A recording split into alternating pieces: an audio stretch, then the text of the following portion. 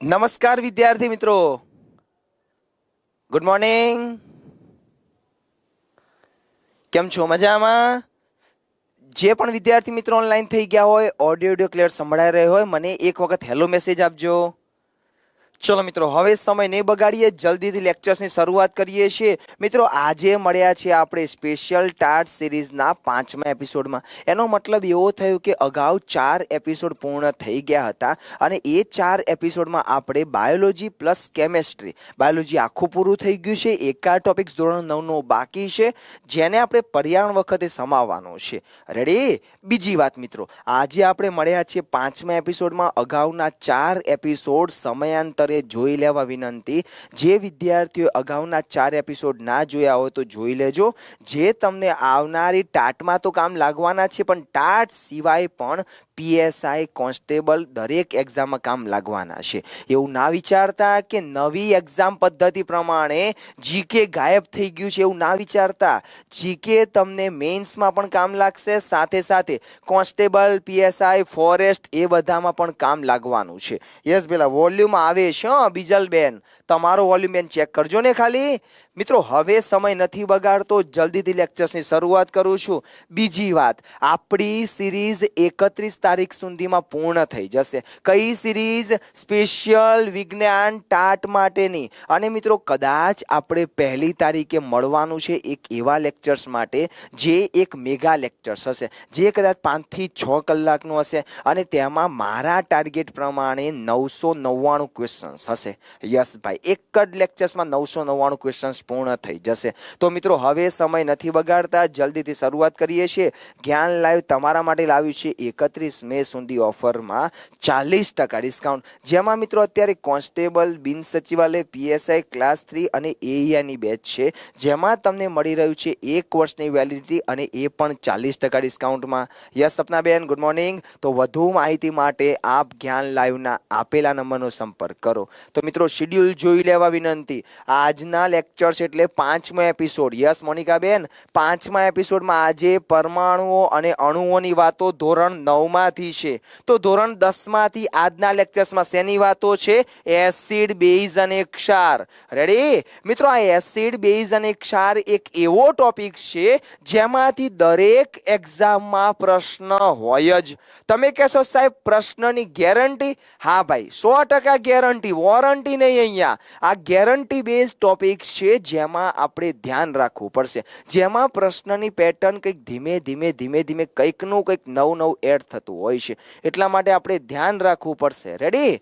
ચલો હવે કાલની મિત્રો વાત, ધોરણ 9માં 6થા એપિસોડમાં કોઈ ટોપિક્સ નથી, જ્યારે ધોરણ 10માં 6થા એપિસોડમાં ધાતુ, અધાતુ અને તત્વોનું આવર્તનીકરણ, એટલે કે તત્વોનું આવર્ત વર્ગીકરણ, આવર્ત કોષ્ટક શું કહેવા માંગતું હતું, એવી બધી જ વાતો મિત્રો કાલના લેક્ચર્સમાં છે. રેડી? હવે સમય નથી બગાડતો, જલ્દીથી લેક્ચર્સની શરૂઆત કરું છું. પહેલી શરૂઆત કોનાથી કરું છું? તો મિત્રો ટાઇટલ આપેલું છે આપણને એસિડ, બેઝ અને ક્ષાર. અહીંયા શબ્દોને સમજવાનો ટ્રાય કરીએ. અહીંયા આપણે કમ્પેરિઝન કરવી હોય તો કમ્પેરિઝન 2 શબ્દોની થાય, એસિડ અને બેઝ. તો સાહેબ ક્ષારને ભણવાના જ નથી ભાઈ, સૌથી પહેલા ભણવાના છે ક્ષાર, એટલે એનું કામકાજ કમ્પ્લીટ થઈ જાય. ચલો મિત્રો એક બ્લેન્ક સ્લાઇડ ઉમેરી દઈએ અને બધી ચર્ચા પહેલા કોની કરી દઈએ છીએ? ક્ષારની કરી દઈએ છીએ. શબ્દ કયો લખું છું? ક્ષાર. હવે ધારો કે હું બોલું એ તમારે ધ્યાનથી સાંભળવાનું છે. ઓકે, પહેલા મિત્રો લેક્ચર્સમાં થિયરી ચાલશે. બંને થિયરી આશરે 45 મિનિટમાં પૂર્ણ થઈ જશે. બંને થિયરી પૂરી થાય પછી જ આપણે પ્રશ્નોત્તરીની શરૂઆત કરવી છે. ઓકે અંકિતાબેન, ક્ષાર. ધારો કે મિત્રો તમારા ઘરે ક્ષાર વાળું પાણી આવી રહ્યું છે, તમે ક્ષાર વાળું પાણી પીશો કે નહીં પીવો? તો ના સાહેબ, નહીં પીવાય એવું પાણી. તો આપણા ઘરે શું લગાવવું પડે છે? આરો. આરો નું પૂરું નામ રિવર્સ ઓસ્મોસિસ. આરો નું પૂરું નામ કયું? Reverse osmosis. હવે આરો લગાવવા જે ભાઈ આવશે એવું કહેશે ટીડીએસ નું પ્રમાણ આટલું રાખીએ, એનો મતલબ ટીડીએસ પૂરું નામ ટોટલ ટોટલ ડિઝોલ્વ અથવા ડિસસોલ્વ સોલિડ્સ, જે પાણીમાં ઓગળે નહીં તેવા બધા જ ક્ષારને દૂર કરવા, જેને આપણે TDS કહીએ છીએ. હવે TDS માં એકમ વપરાય ppm. ppm નું પૂરું નામ કયું બોલાય છે? તો પાર્ટ્સ પર મિલિયન. પાર્ટ્સ પર મિલિયન. રેડી? ચલો, એક વાત થઈ ગઈ. હવે શબ્દ કયો છે? ppm. તો પાછો બીજો ક્વેશ્ચન, આદર્શ પાણી કોને કહેવાય? તો જેમાં ppm નું પ્રમાણ 0 થી 50 હોય તેને આપણે આદર્શ પાણી કહીએ છીએ. પણ દૂષિત પાણી કોને કહેવાય? તો જેમાં ppm ની માત્રા 500 થી વધારે હોય. યસ, 500 થી વધારે હોય તો તેને આપણે દૂષિત પાણી કહીએ છીએ. એવું પાણી ઉપયોગમાં લઈ શકાય નહીં, અથવા તો બીમાર પડી આપણે એવું પાણી પીવાથી. પણ જો ક્વેશ્ચન્સ કહેવાય કે સખત અથવા કઠિન પાણી કોને કહેવાય? સખત અથવા કઠિન પાણી કોને કહેવાય? તો જેમાં ppm નું પ્રમાણ 200 થી 300 જેટલું હોય.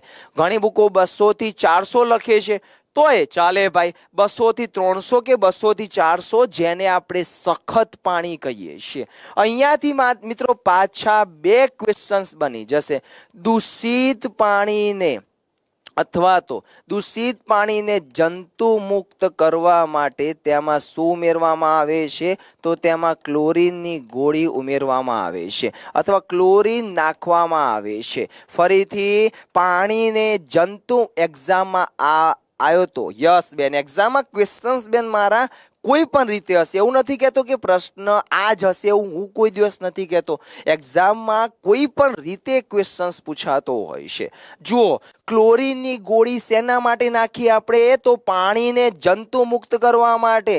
પાણી દૂષિત થયું હતું એને દોષ મુક્ત એટલે કે જંતુ મુક્ત કરવા માટે. પણ જો સખત પાણી થઈ જાય તો એને નરમ બનાવવા માટે.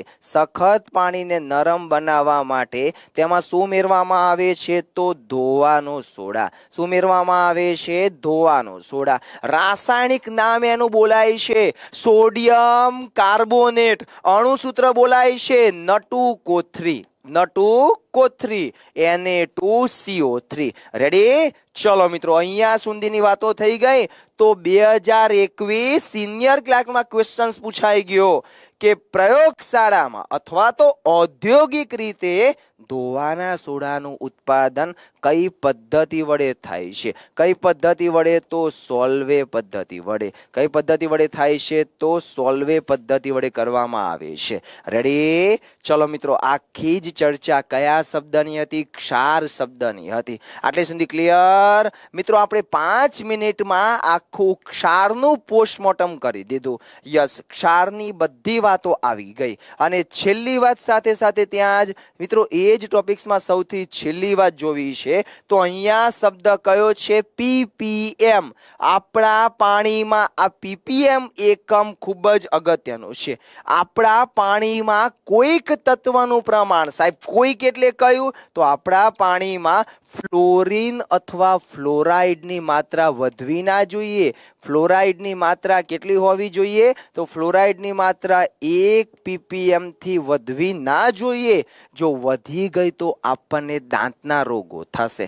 રેડી? Yes નિખિલભાઈ, good morning. ચલો મિત્રો, 270 વિદ્યાર્થીઓ લાઈવ લેક્ચર્સમાં છે.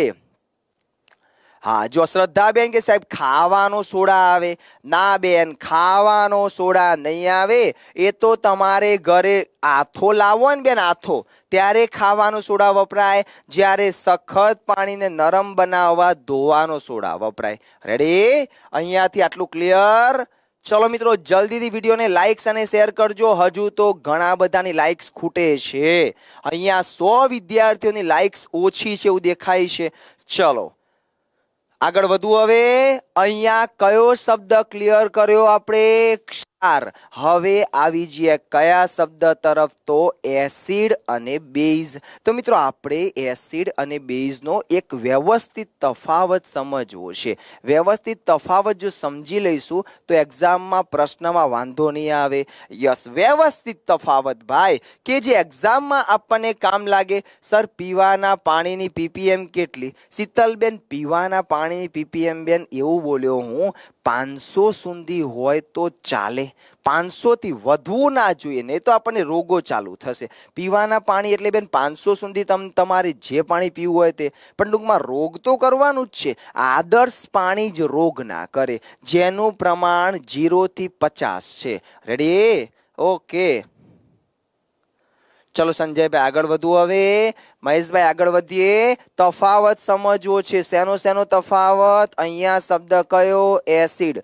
સામે શબ્દ કયો લખી દઉં છું? બેઝ. હવે જોજો, એક વ્યવસ્થિત તફાવત કોને કહેવાય? તો જેમાં બધા જ મુદ્દાનો સમાવેશ થઈ જતો હોય. જેમ કે આપણે બોલીએ છીએ એસિડ સ્વાદે કેવા હોય છે? તો ખાટા.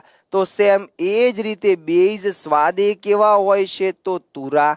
રેડી? બીજો મુદ્દો, એસિડ સ્પર્શે કેવા હોય છે? એસિડ ને ટચ કરો તો બળી જવાય. સાહેબ બળી જવાય એટલે દાહક. તો સેમ એ જ રીતે સામે આવી જઈએ છીએ તો બેઝ સ્પર્શે કેવા હોય છે? તો ચીકણા. સ્પર્શે કેવા હોય છે? ચીકણા. ચલો એક મુદ્દો થઈ ગયો મિત્રો. મેં તમને એક સિમ્પલ મુદ્દો આપેલો છે. આગળ વધુ. હવે નીચે આવી જઈએ તો એસિડનું કોઈ પ્રોપર ઉદાહરણ ખરું? હા, પ્રોપર ઉદાહરણ એટલે HCl, જેના માટે શબ્દ વપરાયો છે હાઇડ્રોક્લોરિક એસિડ. તો બેઝનું પ્રોપર ઉદાહરણ ખરું? હા, બેઝ માટે NaOH. નામ કયું?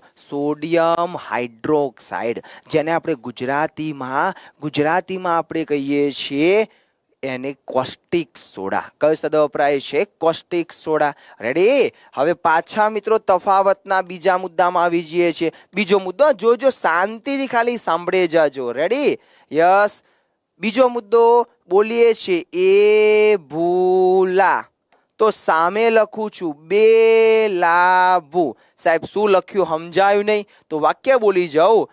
એસિડ ભૂરા લિટમસ પેપરને લાલ બનાવે છે. તો સામે આવી જાઉં, બેઝ લાલ લિટમસ પેપરને ભૂરું બનાવે છે. આવી જાઉં ત્રીજા મુદ્દામાં. ત્રીજો મુદ્દો, એસિડની પીએચ કેટલી હોય છે? 0 થી 7. બેઝની પીએચ કેટલી હોય છે? 7 થી 14. બેઝની પીએચ કેટલી હોય છે? 7 થી 14 જેટલી હોય છે. અહીંયા શબ્દ પીએચ છે. આ પીએચ શબ્દને ડિટેલમાં હમણાં સમજાવું છું, થોડો સમય રહીને. તફાવત પૂરો થાય પછી આપણે એને ડિટેલમાં સમજવું છે પીએચ ને. આગળ વધુ. નીચે આવી જાઉં ચોથા મુદ્દા તરફ. યાદ કરો, આ એસિડને હું પાણીમાં ઓગાળું એટલે તે 2 આયનો છૂટા કરે, H+Cl-. આ બેઝને પાણીમાં ઓગાળું એટલે 2 આયનો છૂટા કરે, Na+OH-. એનો મતલબ એવો થયો કે એસિડ એ હંમેશા કયો આયન મુક્ત કરે છે? તો H+ આયન મુક્ત કરે છે. એસિડ કયો આયન મુક્ત કરે છે? H+. તો સેમ એ જ રીતે સામે બેઝ એ કયો આયન મુક્ત કરે છે? તો બેઝ એ OH- આયન મુક્ત કરે છે. કયો આયન મુક્ત કરે છે? તો OH- આયન. આગળ વધીએ. નીચે આવી જઈએ કયા મુદ્દામાં? પાંચમા મુદ્દા તરફ આવી જઈએ છીએ. યાદ કરો મિત્રો, કોઈ પણ એસિડને પાણીમાં ઓગાળું એટલે તે ધન આયનનું દાન કરતો હશે. હું શું બોલ્યો? ધન આયન. ધન આયન એટલે ધનની જગ્યાએ પ્રોટોન લખું તો ચાલશે ને? ઋણ એટલે ઇલેક્ટ્રોન બોલાય. એ એસિડ પ્રોટોનનું દાન કરતો હશે. પ્રોટોનનું દાન કરવું એટલે પ્રોટોન દાતા કહું તો ચાલશે ને? પ્રોટોન દાતા. તો સેમ એ જ રીતે મિત્રો સામે આવી જાઉં છું. યસ સોનાલીબેન, સામે આવી જાઉં છું. બે શું કરશે? તો એ પ્રોટોનનો સ્વીકાર કરશે, એ પ્રોટોનને ગ્રહણ કરશે. સામે લખી દો પ્રોટોનનો સ્વીકાર. બેઝ શું કરે? પ્રોટોનનો સ્વીકાર એટલે ગ્રહણ. ગ્રહણ એટલે ગ્રાહી કહું તો ચાલશે? પ્રોટોન ગ્રાહી. રેડી? જો લો મિત્રો, એક તફાવત મેં તમને એક તફાવત આપ્યો. કેટલા મુદ્દા વાળો? આ પહેલો મુદ્દો, આ બીજો મુદ્દો, આ પીએચ વાળો ત્રીજો મુદ્દો, આ આયન વાળો ચોથો મુદ્દો, ના પ્રોટોન વાળો પાંચમો મુદ્દો. રેડી? આટલે સુધી ક્લિયર? મને જલ્દી મેસેજ મિત્રો, આટલે સુધી ક્લિયર હો તો મને જલ્દીથી મેસેજ આપવા વિનંતી હો. કારણ કે આજના લેક્ચર્સમાં સમય બગાડાય તેવું નથી. થિયરી પણ એવી છે, યસ થિયરી પણ એવી છે અને સાથે સાથે કન્ટેન્ટમાં પ્રશ્નોત્તરી પણ એવી જ છે.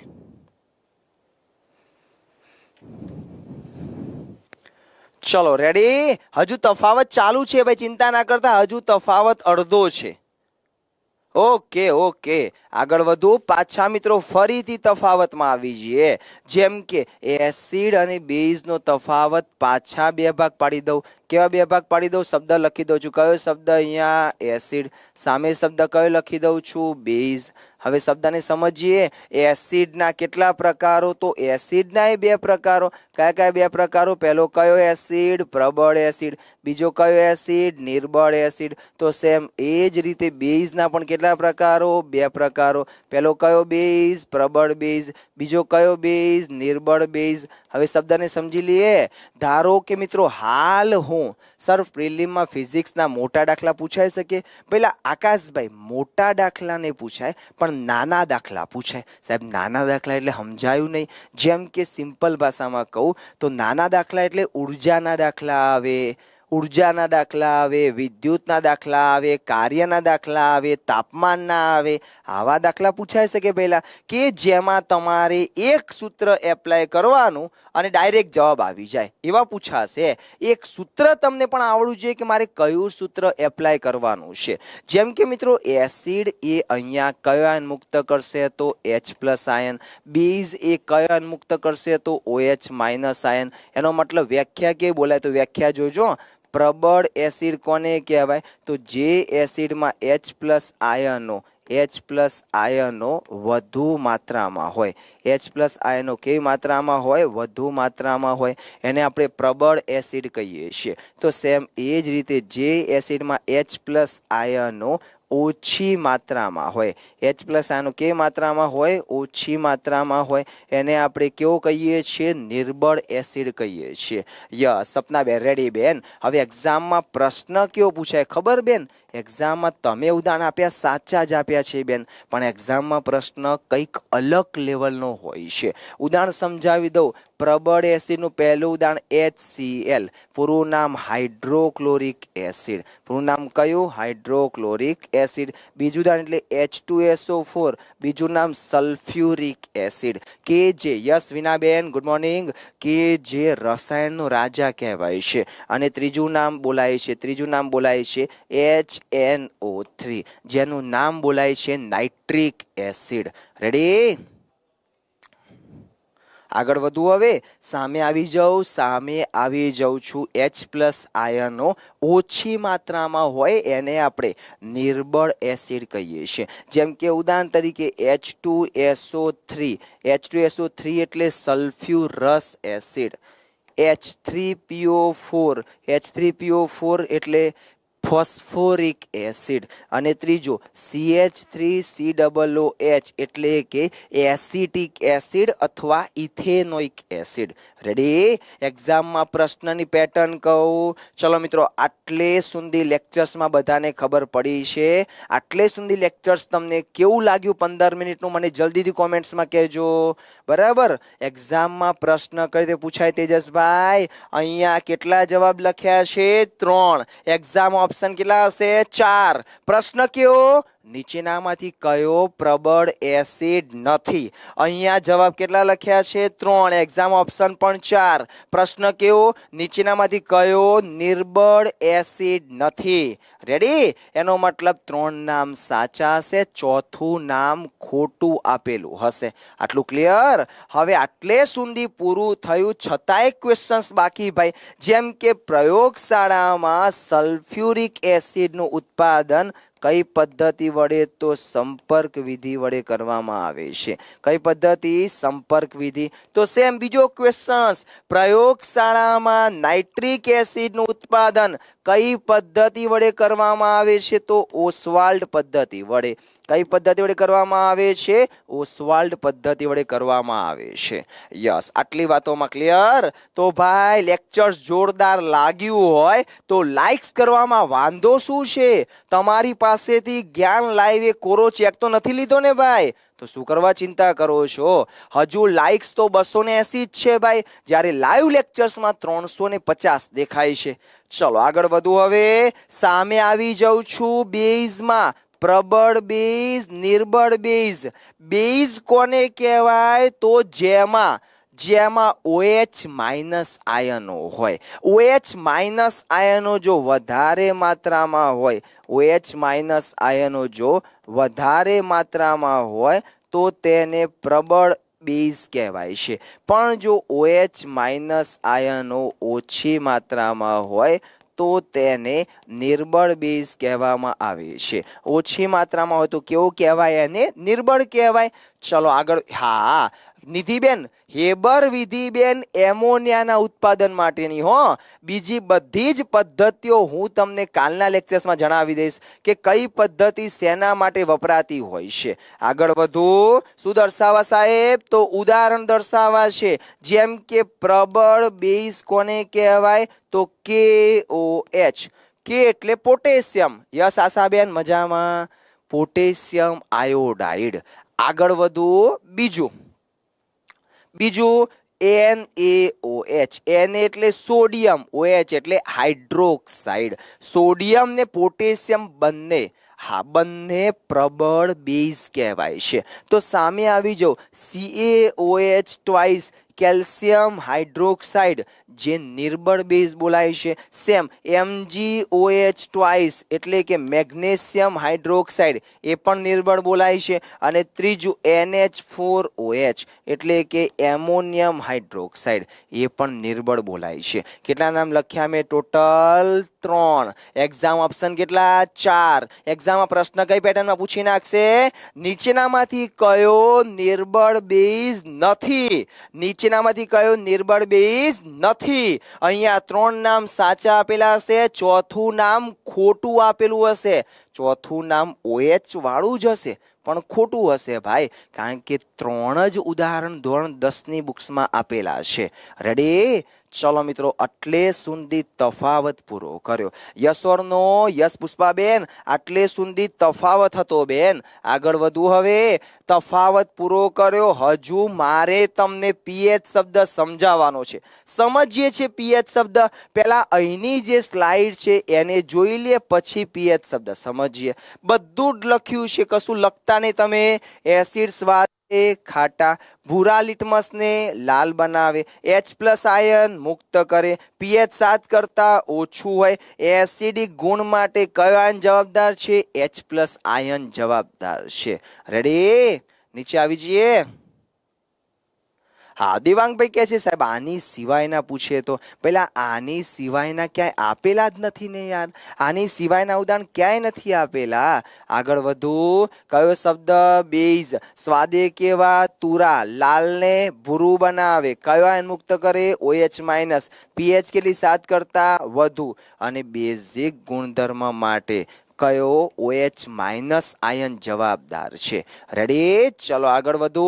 આગળ વધુ એના પહેલા એક વિનંતી, વિડીયોને લાઇક્સ અને શેર કરતા રહેજો તમારા ગ્રુપમાં. એવું ના વિચારતા કે મારો મિત્ર કે મારી બેનપણી મારા પહેલા પાસ થઈ જશે, જો શેર કરીશ તો પાસ થઈ જશે અને હું રહી જઈશ. એવું ના વિચારતા, તમારા દરેક ગ્રુપમાં લિંક શેર કરજો, એમને પણ લાભ મળે.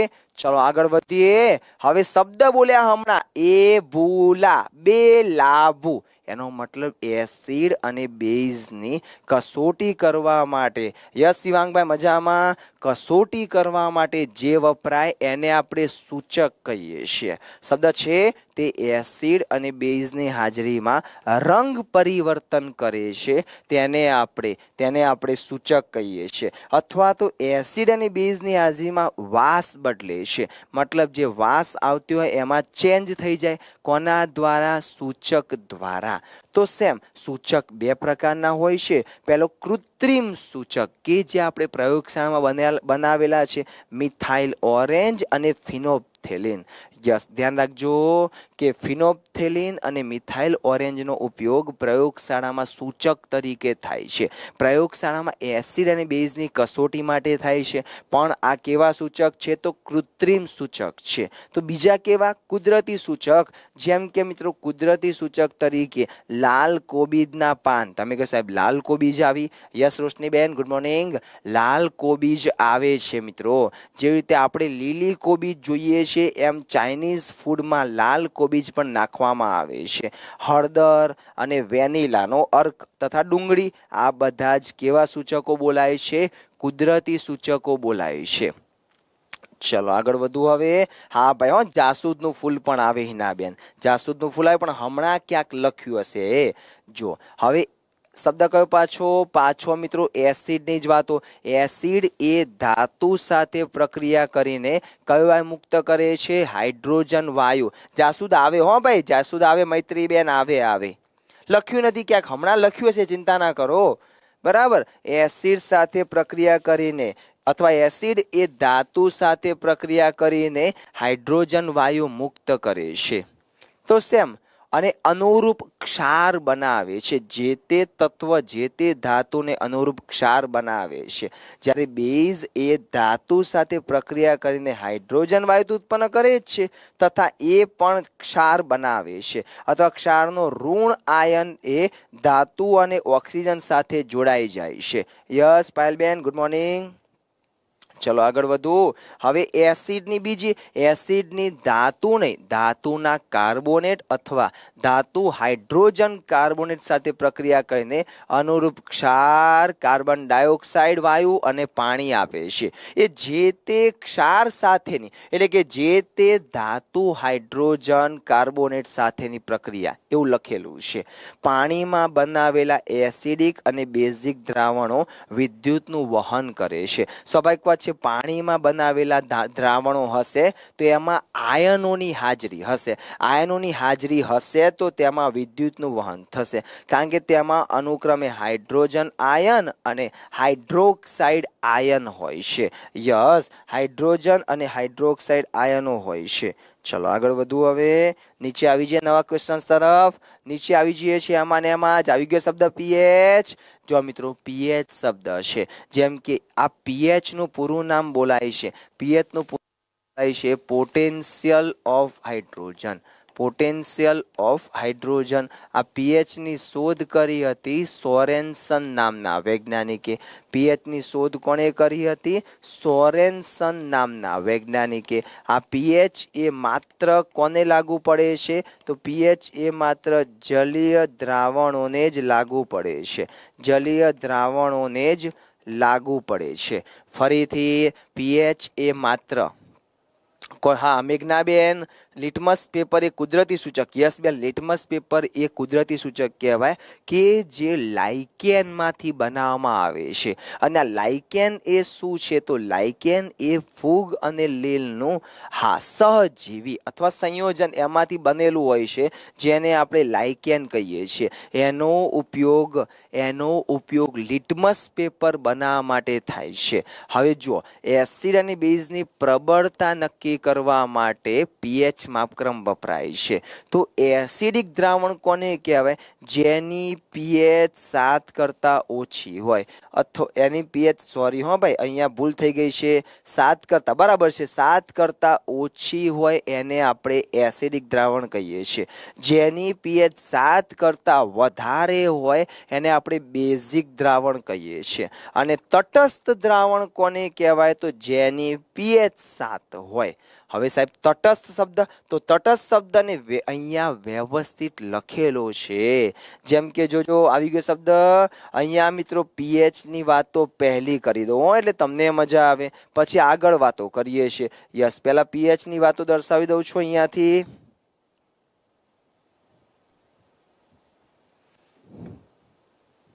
ઓકે, ચલો બ્લેન્ક સ્લાઇડ આવી ગઈ. બધી જ વાતો કોના સંદર્ભમાં કરવી છે? આપણે પીએચ ના સંદર્ભમાં કરવી છે.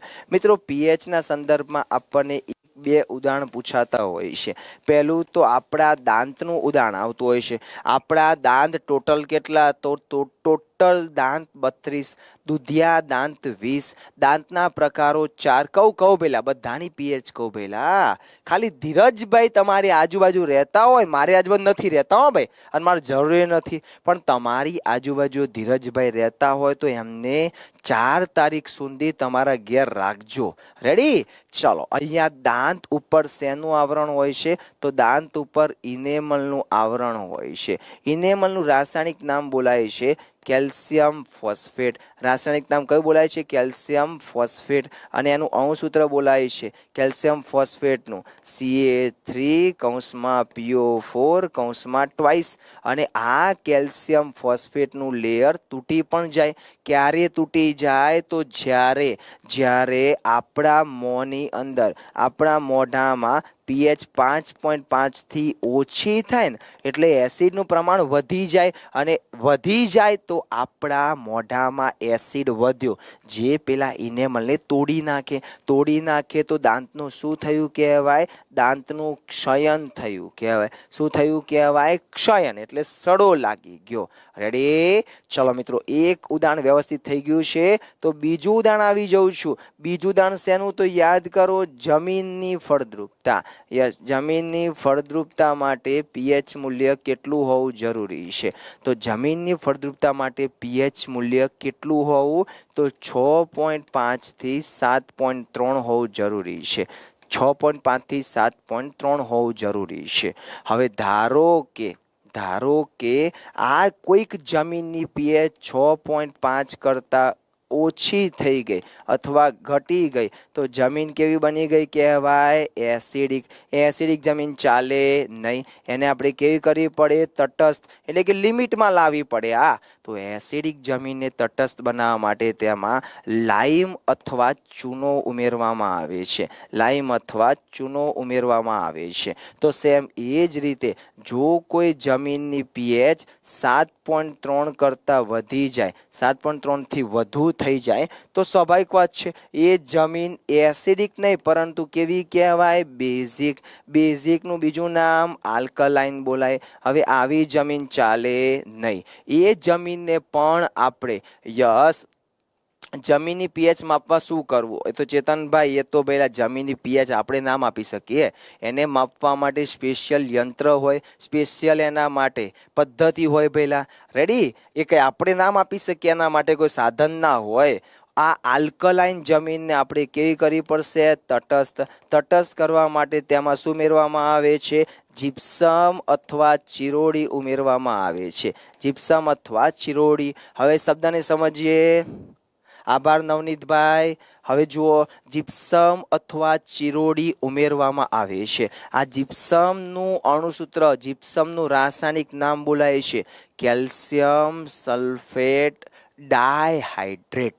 ઓકે, અણુસૂત્ર calcium sulphate CaSO4 dihydrate 2H2O. Ready? થઈ ગઈ બધી વાતો? યસ, pH ની વાતો થઈ ગઈ. હવે મિત્રો, અમુક પદાર્થોની તમને જો ભાઈ, હા ભૂમિબેન તો આખી બુક બેન સાથે લઈને ફરે છે, અથવા તો મગજમાં લઈને ફરે છે. બેન, હું ખાલી બોલું ને અને બેન એટલી મોટી કોમેન્ટ્સ કરી દે છે કે મારે બોલવું જ ના પડે. વિદ્યાર્થી એમની કોમેન્ટ્સ જોઈ લે તોય ચાલે. હો ભાઈ, ચાલે યાર. ચલો આગળ વધીએ. યસ, ચલો મિત્રો, લાઈવ લેક્ચર્સમાં 400 વિદ્યાર્થીઓ છે, લાઇક્સ પણ 400 પહોંચી છે. અને મને ખબર છે લેક્ચર્સ ચાલુ થયું એના પહેલા 100 લાઇક્સ તો હતી જ. એનો મતલબ 100 વિદ્યાર્થીઓ હાજરી પુરાવ્યા વગર બેઠા છે, એવું દેખાઈ રહ્યું છે શેરુભાઈ.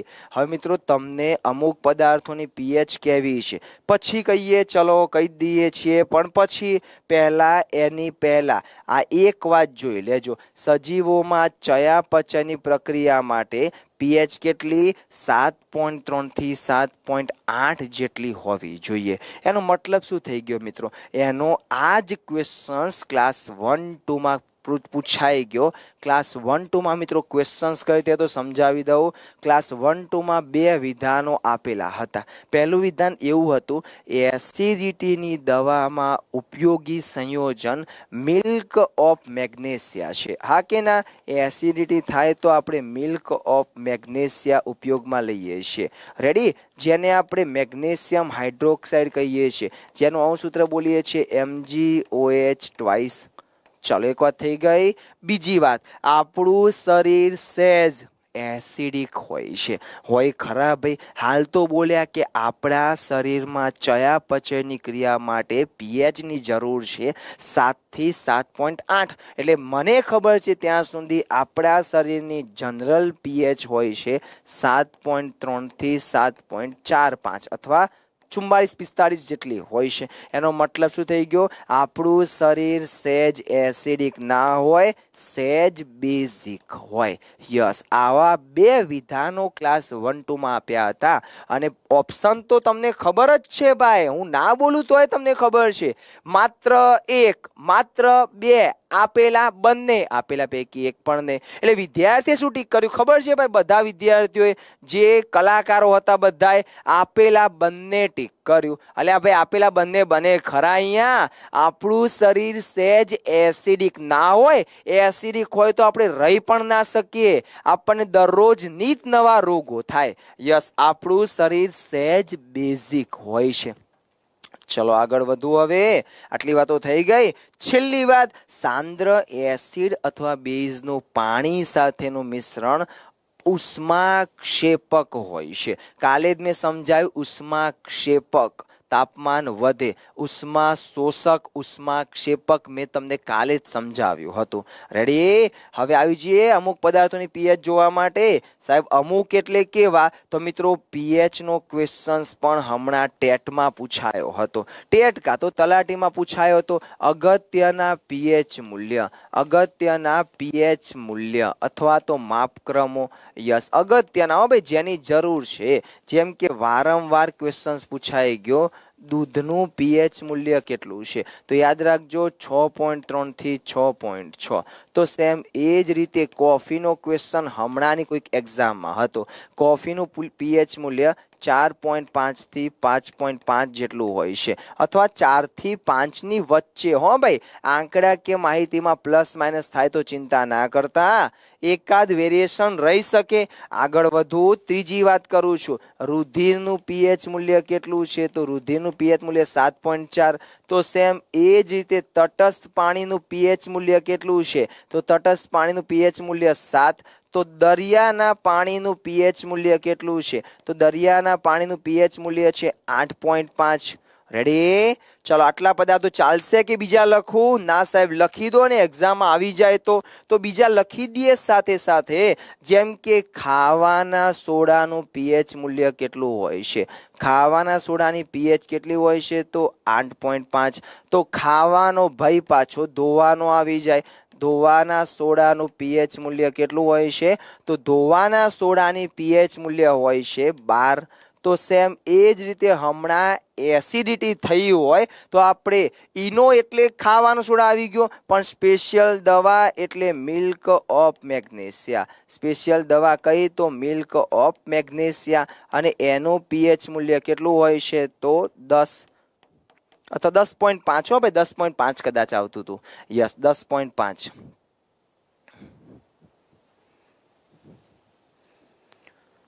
10.5 બોલો. ક્લિયર? અને છેલ્લું વિધાન ભાઈ, યુરિનનું પીએચ મૂલ્ય કેટલું હોય છે? યુરિનમાં તો યુરિક એસિડ હોય. યુરિક એસિડ હોય એટલે એનું પીએચ મૂલ્ય એસિડના કારણે 7 કરતાં ઓછું હોય. કેટલું હોય? તો સાહેબ 5.5 થી 6.5. બોલો કમ્પ્લીટ.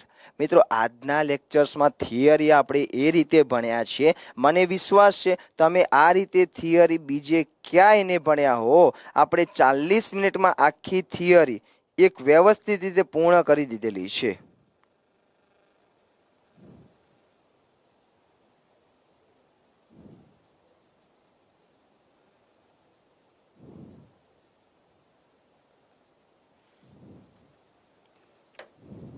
ચલો આગળ વધુ. હવે છેલ્લી વાત મિત્રો, તટસ્થીકરણ કોને કહેવાય? તો વ્યાખ્યા સમજીએ. વ્યાખ્યા: જે પ્રક્રિયામાં એસિડ અને બેઝ વચ્ચે પ્રક્રિયા થઈને ક્ષાર અને પાણી બને. હવે સાહેબ ઉદાહરણ સમજાવો તો બરાબર. હા, કટારિયાવાળા ભાઈ કહે છે કે સાહેબ ઓલ્ડ ક્વેશ્ચનનું એક પેપર રાખો ને. પેલા ઓલ્ડ નહીં, ઓલ્ડનું શક્ય નથી. પેલા ઓલ્ડમાં તો સરળ પૂછાતા હતા. બાકી એવો ટાર્ગેટ છે, હા એવો ટાર્ગેટ છે 999 ક્વેશ્ચન્સ એક જ લેક્ચર્સમાં પૂરા થઈ જાય. પણ તમારી હાજરી હોય તો ભાઈ. હવે આપણે આવીએ અને 5 મિનિટ જતા રહીએ સાહેબને જોઈને કે સાહેબ કેવા કપડાં પહેરીને આવ્યા છે, સાહેબ કેવા લાગે છે, તો પછી મારા માટે કામનું નથી ભાઈ. 999 ક્વેશ્ચન્સની તૈયારી તમારી પણ હોવી જોઈએ મારી સાથે સાથે. ચલો આગળ વધુ. એસિડ એટલે HCl, બેઝ એટલે NaOH. હવે આ બંનેની પ્રક્રિયા થાય તો શું બની જાય? તો થઈ જાય NaCl એટલે ક્ષાર અને સાથે પાણી એટલે H2O. થઈ ગયું. આ પ્રક્રિયા એ કયા નામે ઓળખાય છે? તટસ્થીકરણની પ્રક્રિયા નામે ઓળખાય છે. કયા નામે ઓળખાય છે? તટસ્થીકરણની. તો સેમ દૈનિક જીવનમાં તેમજ ઉદ્યોગોમાં આપણે અમુક ક્ષારનો ઉપયોગ કરીએ છીએ. હમણાં હા સર કાલે તો 11 કરતા હતા ને. હા મોનિકા બેન તમે કહો તો બેન 22 રાખી દઈએ હો બેન. હા આપણી ક્ષમતા તો 22 સુધીની છે. એક જ દિવસમાં તમારી તૈયારી હોય તો બોલો બધાની બરાબર. આપણે 22 રાખી દઈએ ભાઈ. મિત્રો આટલા આ સૂચક છે. પહેલા તો હમણાં જ કીધું કે સૂચકમાં બધું આવે. જેમ કે જ્ઞાનેન્દ્રિય સૂચક સૂંઘીને આપણને ખબર પડે તેવા, જેમ કે વેનીલાનો અર્ક, ડુંગળી કે લવિંગ, આ બધા જ્ઞાનેન્દ્રિય સૂચકો કહેવાય છે. રેડી? ચલો આગળ વધીએ. નીચે milk of magnesia A antacid, acidity થાય ત્યારે આપણે દવા તરીકે મિલ્ક ઓફ મેગ્નેશિયા વાપરીએ છીએ. તો મીઠું, સોડિયમ ક્લોરાઇડ, સોડિયમ હાઇડ્રોક્સાઇડ અને બેકિંગ સોડા, ધોવાનો સોડા, બ્લીચિંગ પાવડર, આ બધું બનાવવા માટે આપણે મીઠું વાપરીએ છીએ.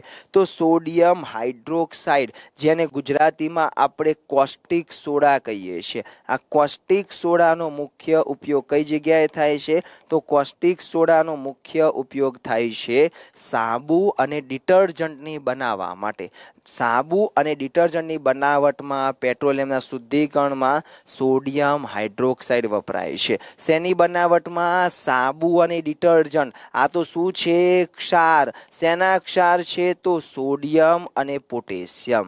યસ, એક્ઝામમાં યાદ રાખજો સાબુ અને ડિટર્જન્ટ. અથવા એક્ઝામમાં સાબુ નહીં કે સાબુને અંગ્રેજીમાં સોપ કહેવાય. એટલે એનું પ્રોપર નામ બુક્સની ભાષામાં પડી ગયું છે સોપિફિકેશન. અને સોપિફિકેશન એ શેનો ક્ષાર છે?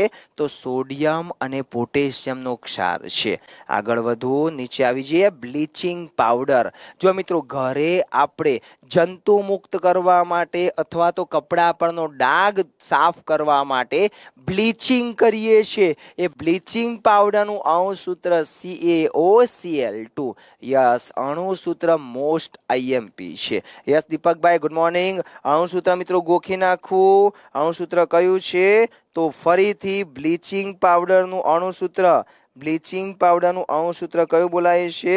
તેનું અણુસૂત્ર CaOCl2. ચલો આગળ વધીએ. નીચે આવી જઈએ નવા ટોપિક્સ તરફ. એમાં જ બેકિંગ સોડા એટલે કે ખાવાનો સોડા, જેનું અણુસૂત્ર આપણે બોલીએ છીએ, જેનું અણુસૂત્ર આપેલું છે તમને કયું? તો જેનું અણુસૂત્ર NaHCO3.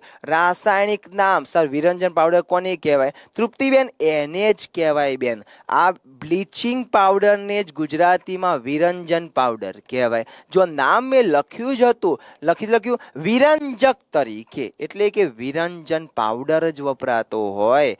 રેડી? યસ વિજયભાઈ નમસ્તે. આ ખાવાના સોડાનું રાસાયણિક નામ બોલાય છે sodium bicarbonate, sodium hydrogen carbonate. જે એન્ટાસિડ તરીકે વપરાય એ પણ વપરાય છે, ચેપનાશક તરીકે વપરાય, ખોરાકને નરમ બનાવવા માટે. ખોરાકને, પાણીને નહીં ભાઈ, ખોરાક લખ્યું છે. સોડા એસિડ અગ્નિશામક તરીકે પણ વપરાય છે. રેડી મિત્રો? અત્યારે આપણે 45 મિનિટમાં એક થિયરી પૂરી કરી, હજુ બીજી થિયરી બાકી છે. ચલો આટલે સુધી ક્લિયર હોવ 420 વિદ્યાર્થીઓ, તો મને જલ્દીથી એક મેસેજ આપજો. યસ, જલ્દીથી મેસેજ. 420 વિદ્યાર્થીઓ, આપણે અત્યારે એક ટાઇટલ પૂરું કર્યું. કયું ટાઇટલ પૂરું કર્યું? હજુ તો આપણે એસિડ, બેઝ અને ક્ષાર, તો મિત્રો અણુ અને પરમાણુ ટાઇટલ ભણવું છે. યસ, મારી ડિગ્રી કેટલી પહેલા? હું નથી પાસ હો, પેલા 12 પાસ જ છું યાર. 12માં 12 વર્ષ કર્યા, પછી છોડી દીધું ભણવાનું અને પછી અહીંયા આવી ગયા. હા પહેલા 12 પાસ જ, વધારે ના ભણ્યો હું યાર. ચાલો, શબ્દ કયો છે? અણુ અને પરમાણુ. મિત્રો અણુ અને પરમાણુ લેક્ચર્સ 2 એપિસોડમાં જોવાનું છે. આજના લેક્ચર્સમાં માત્ર અણુ પરમાણુની સમજ લેવી છે. અણુ પરમાણુને ડિટેલમાં 7મા લેક્ચર્સમાં ભણવાના આવશે પાછા. રેડી? ચલો મિત્રો, અહીંયા લેક્ચર્સની શરૂઆત કરું એના પહેલા એક કોષ્ટક આપેલું છે. તમને લાગશે સાહેબ કોષ્ટક તો ઘણું સરળ લાગી રહ્યું છે. ના ભાઈ, મને હાર્ડ લાગ્યું. તમે કહેશો કેમ સાહેબ એવું તમને હાર્ડ લાગ્યું, અમને સરળ લાગે છે? તો એક્ઝામમાં તમને લેટિન નામ પૂછી નાખે છે. જેમ કે સોડિયમનું લેટિન નામ નેટ્રિયમ, માટે સંજ્ઞા કઈ? તો સોડિયમની Na. તો સેમ કોપરનું લેટિન નામ ક્યુપ્રમ, માટે સંજ્ઞા કઈ? તો કોપરની Cu. આયનનું લેટિન નામ ફેરમ, માટે સંજ્ઞા કઈ? તો Fe. તો સેમ સિલ્વરનું લેટિન નામ, ભાઈ એમસીક્યુ છે હો સુનિલભાઈ, એમસીક્યુ છે પહેલા. એમસીક્યુ કરાવું તો થિયરીમાં મજા નહીં આવે પહેલા. એમસીક્યુ એકલા જોવા એના કરતાં પહેલા થિયરી જોવી સારી. હું એકલા એમસીક્યુ લાવું તો મારે લેક્ચર્સ પૂરું થાય એના પહેલા 100 છોકરાઓના મેસેજ એવા આવી જાય છે કે સાહેબ પહેલા થિયરી કરાવો ને યાર, પછી એમસીક્યુ લાવજો ને. એટલા માટે બરાબર. સિલ્વર જેને આર્જેન્ટમ કહેવાય અને એની સંજ્ઞા સિલ્વરની Ag છે. લેડ જેને ગુજરાતીમાં સીસુ કહેવાય, લેટિનમાં પ્લમ્બમ કહેવાય, માટે એની સંજ્ઞા છે Pb. તો સેમ ગોલ્ડ સોનું લેટિનમાં ઓરમ કહેવાય, માટે સંજ્ઞા છે Au. પોટેશિયમ લેટિનમાં કેલિયમ કહેવાય, માટે સંજ્ઞા K છે. હા, પોટેશિયમ સંજ્ઞા સાહેબ K કેમ છે? તો ભાઈ કેલિયમ એનું લેટિન નામ છે એટલા માટે. મર્ક્યુરી જ્યારે ગુજરાતીમાં પારો પણ લેટિન નામ છે હાઇડ્રોજીરિયમ, માટે સંજ્ઞા છે Hg. સંજ્ઞા કઈ? તો Hg. અને છેલ્લું ટંગસ્ટન જેનું લેટિન નામ છે વોલ્ફ્રામ, માટે સંજ્ઞા NaW. બોલો ક્યાં તકલીફ પડી ભાઈ? તકલીફ તો આપણે ઊભી કરીએ છીએ, બાકી એક્ઝામ પાસ કરવામાં કઈ એટલી બધી તકલીફ હોય નથી. અહીંયાથી શું પૂછાઈ શકે? તો મિત્રો અહીંયાથી કઈ આ તો ના પૂછાય, આ આખા ગામને આવડે છે એટલે શું પૂછી લેશે એ લોકો? લેટિન નામ પૂછી લેશે. યસ, લેટિન નામ પૂછાઈ જાય. જો આ રીતે વાંચ્યા હોય તો વાંધો ના આવે, બાકી કોઈ વખત વાંચ્યું જ ના હોય કે કોપરનું Cu સંજ્ઞા કેમ છે? તેનું નામ છે ક્યુપ્રમ, માટે. તો સાહેબ મર્ક્યુરીની Hg સંજ્ઞા કેમ છે? તેનું લેટિન નામ છે હાઇડ્રોજીરિયમ, એટલા માટે. ચલો આગળ વધીએ. હા, ટંગસ્ટનનું પહેલી વખત જો મારે પણ પહેલા ઘણી વખત એવું થાય, આપણે કોઈ વસ્તુ વાંચતા હોય તો આપણને ટંગસ્ટન નામ ખબર હોય પણ સંજ્ઞાની W ખબર નહોતી ભાઈ. મને જ 4 દિવસ પહેલા મટીરિયલ રેડી કરતા ખબર પડી કે ભાઈ W છે. તો મિત્રો આ ટોપિક્સ પણ મોસ્ટ IMP છે. તમે જો કેમ સાહેબ IMP? સાબિતી શું? તો સાબિતી ભાઈ 15 મિનિટ પછી ક્વેશ્ચન આન્સર્સમાં આવી જશે. રેડી? સાબિતી 15 મિનિટ જવા દો, ક્વેશ્ચન આન્સર્સમાં આવી જ જવાનું છે. જેમ કે હાઇડ્રોજનનું પરમાણ્વીય દળ 1 છે, કાર્બનનું 12 છે, નાઇટ્રોજનનું 14 છે, ઓક્સિજનનું 16 છે, સોડિયમનું 23 છે, મેગ્નેશિયમનું 24, સલ્ફરનું 32, ક્લોરીનનું. મિત્રો આ ક્લોરીનનો ક્વેશ્ચન પૂછાઈ ગયો હતો. ક્લોરીનનું આ પરમાણ્વીય દળ કેટલું હોય છે? યસ, કેટલું હોય છે? તો 35.5 અને કેલ્શિયમનું 40. બોલો ક્લિયર? આટલું ગોખી નાખવા વિનંતી હો.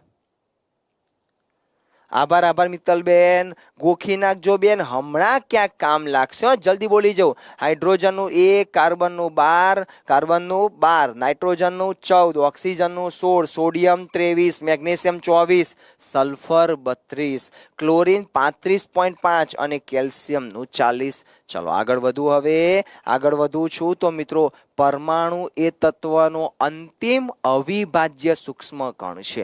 એટલે પદાર્થનો નાનામાં નાનો કણ કે જેમાંથી હવે ભાગ નહીં પડે એને આપણે પરમાણુ કહીએ છીએ. અને પરમાણુમાં એક નિયમ પૂછાય છે, દળ સંચયનો નિયમ. કોને કહેવાય? તો રાસાયણિક પ્રક્રિયા દરમિયાન દ્રવ્યનું સર્જન કે વિનાશ શક્ય નથી.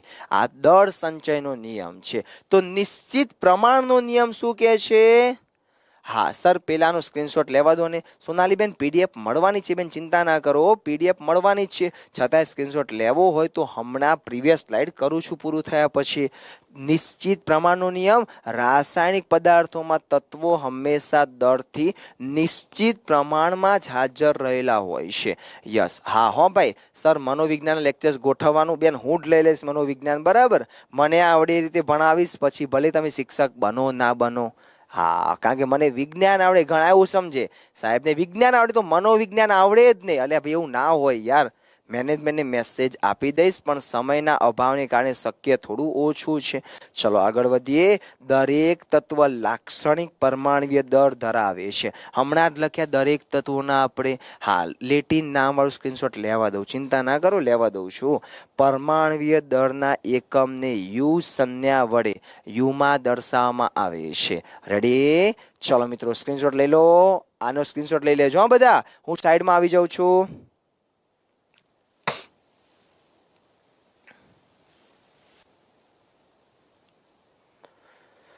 ચલો લેવાઈ ગયો ભાઈ, સ્ક્રીનશોટ લેવાઈ ગયો ને ભાઈ? પીડીએફ તમને જ્ઞાન લાઈવ ની ટેલિગ્રામ માંથી મળશે હો.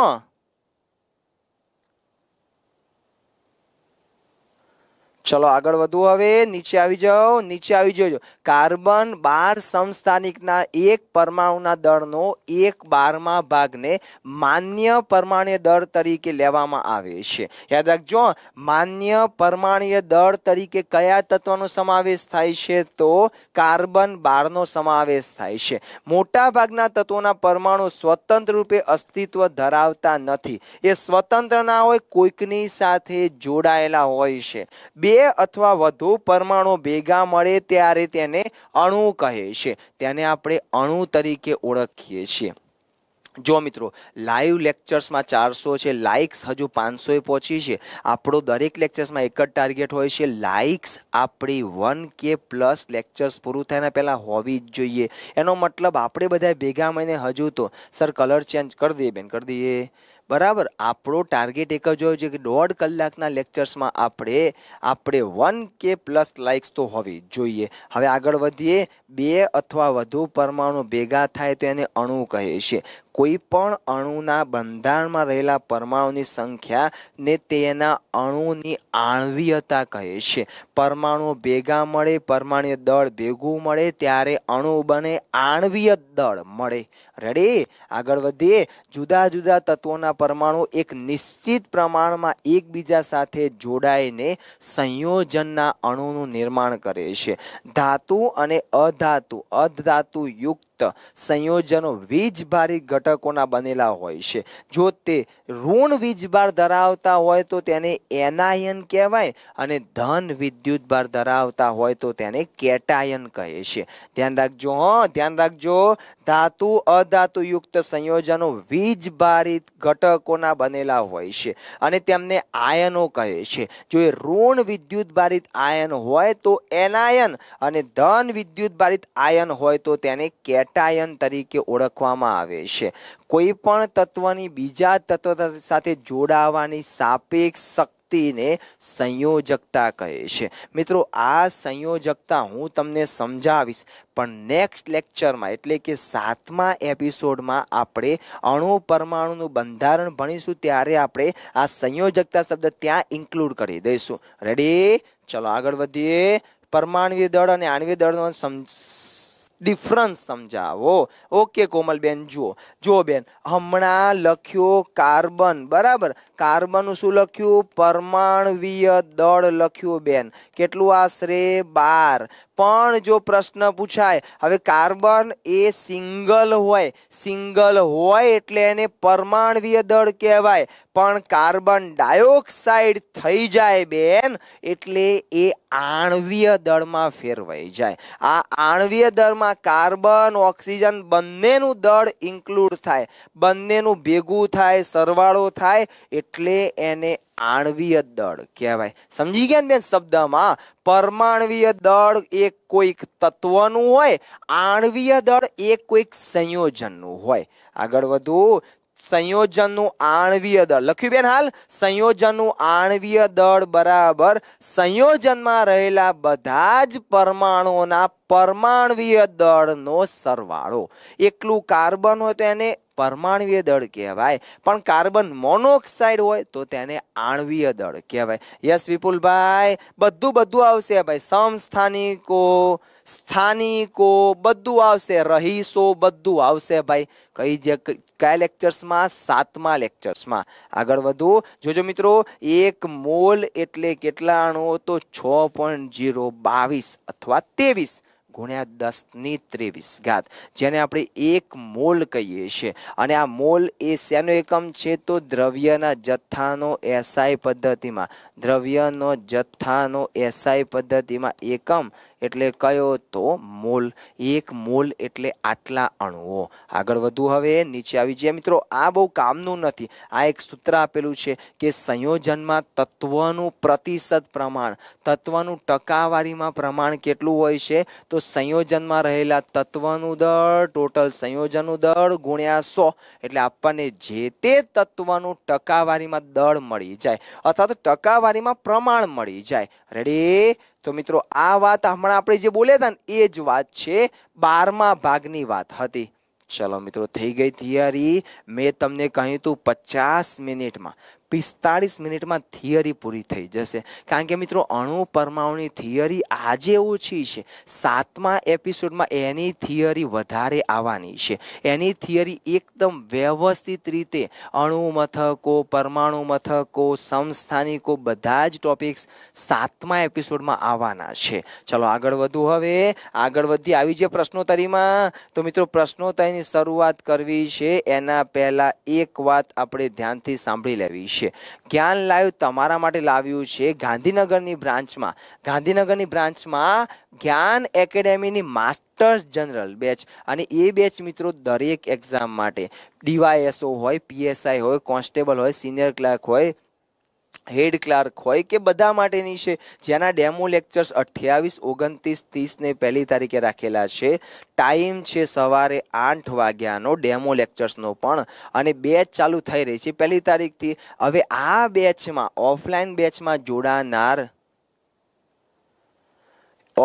બેચમાં જોડાનાર વિદ્યાર્થીને ઓનલાઈન બેચ ફ્રીમાં મળવાની છે. તો વધુ માહિતી માટે આપ ગાંધીનગરના આપેલા નંબરનો, ગાંધીનગર બ્રાન્ચના આપેલા નંબરનો સંપર્ક કરો.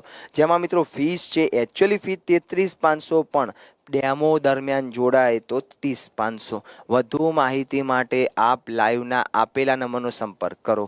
ચલો આવી જાય પ્રશ્નોત્તરીમાં. એના પહેલા મિત્રો એક ખાસ વાત, હમણાં જ ગુજરાત ગૌણ સેવા પસંદગી મંડળે એવી જાહેરાત કરી છે કે આ 4 પરીક્ષાઓ માટે નવી પેટર્ન રહેશે. હેડ ક્લાર્ક, સિનિયર ક્લાર્ક, બિન સચિવાલય ક્લાર્ક.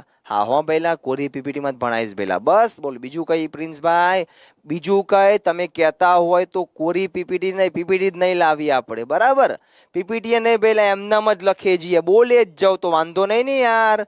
ચલો આ 4 પરીક્ષા માટે મેથડ આવી કમ્બાઇન કોમ્પિટિટિવ એક્ઝામ CCE, જેમાં મિત્રો પ્રિલિમ્સ પ્લસ મેઇન્સ બંનેની તૈયારી જ્ઞાન લાઈવ દ્વારા કરાવવામાં આવશે.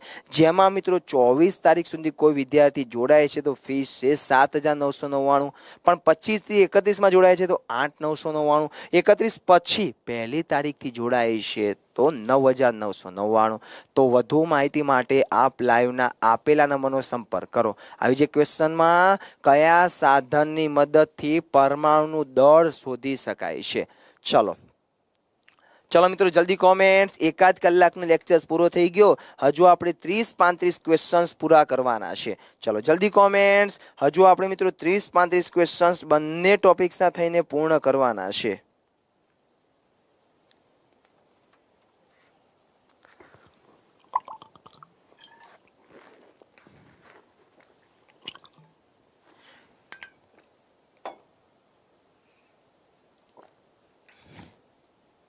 जवाब मળી ગયો ભાઈ, બધાને જવાબ જલ્દી મળી જાય છે। દ્રવ્યમાન સ્પેક્ટ્રોમીટર। હવે પરમાણુનું દળ કયું છે?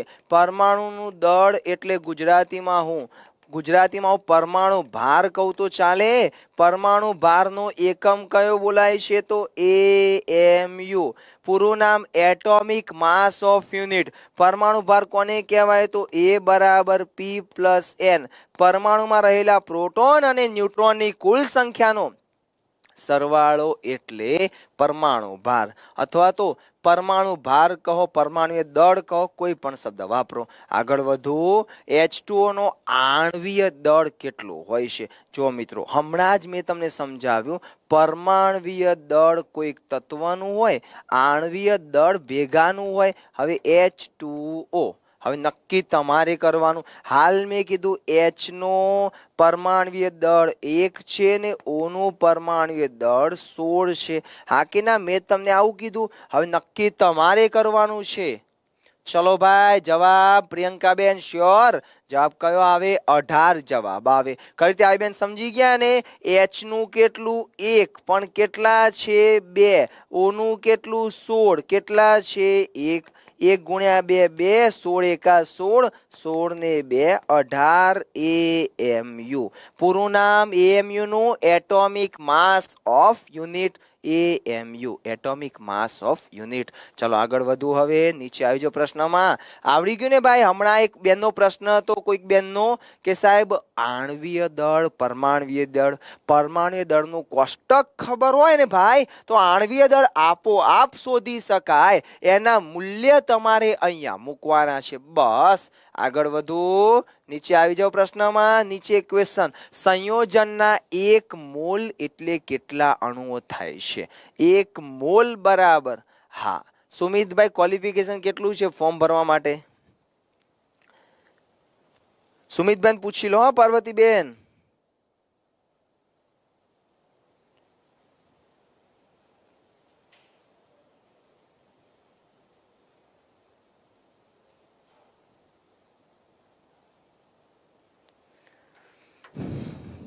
चलो भाई जवाब कयो? 6.022 गुण્યા 10 ની 23 ઘાત। અને NH 1 મોલ બરાબર એટલું બરાબર કયો નંબર? એવોગ્રેડો નંબર।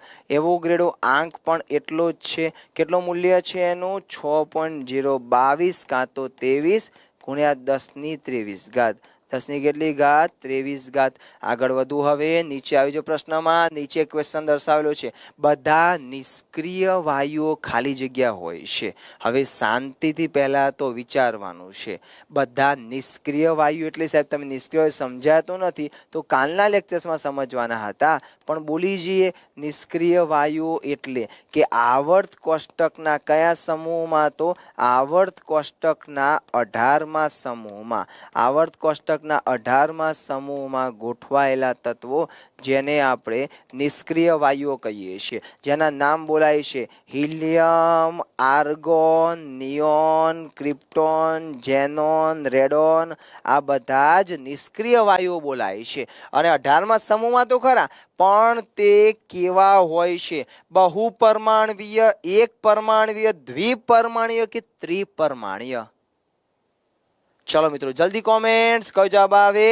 हमेशा निष्क्रिय वायु एक परमाणवीय होय छे।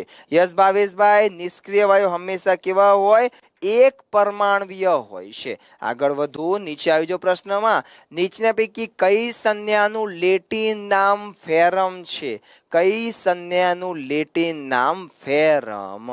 હવે યાદ કરો મિત્રો, ફેરમ એ કોનું લેટિન નામ છે? લોખંડનું। ફેરમ એ લોખંડ અથવા આયનનું, લોખંડ અથવા આયનનું લેટિન નામ છે. લોખંડની સંજ્ઞા કઈ છે? તો લોખંડની સંજ્ઞા Fe. લોખંડની સંજ્ઞા કઈ છે? Fe. જવાબ મળી ગયો. કયો જવાબ આવે? Fe. આગળ વધીએ. હજુ લોખંડ શબ્દનું પોસ્ટમોર્ટમ કરી દઈએ. લોખંડ શબ્દનું પોસ્ટમોર્ટમ કરી દઈએ.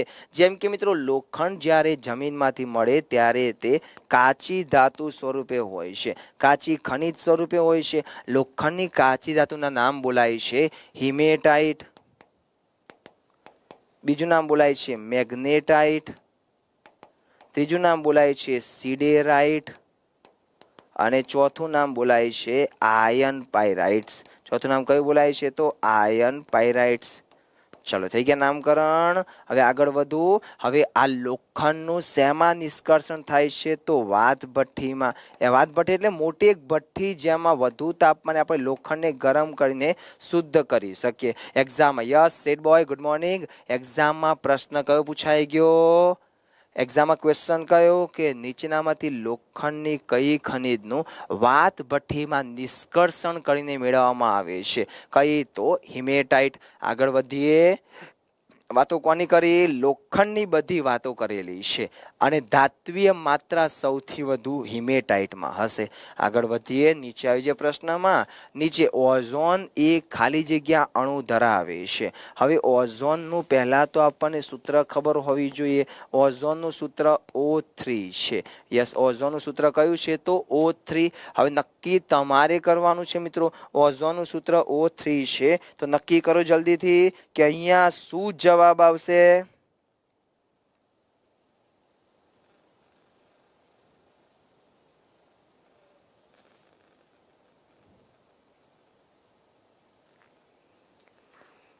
ચલો ભાઈ, જવાબ તો આવી ગયો તરત. ત્રિપરમાણવીય છે, કારણ કે O3 ત્રિપરમાણવીય બોલાય. આગળ વધુ. ઓઝોનમાં જાઉં છું બધા ક્વેશ્ચન જોવા માટે.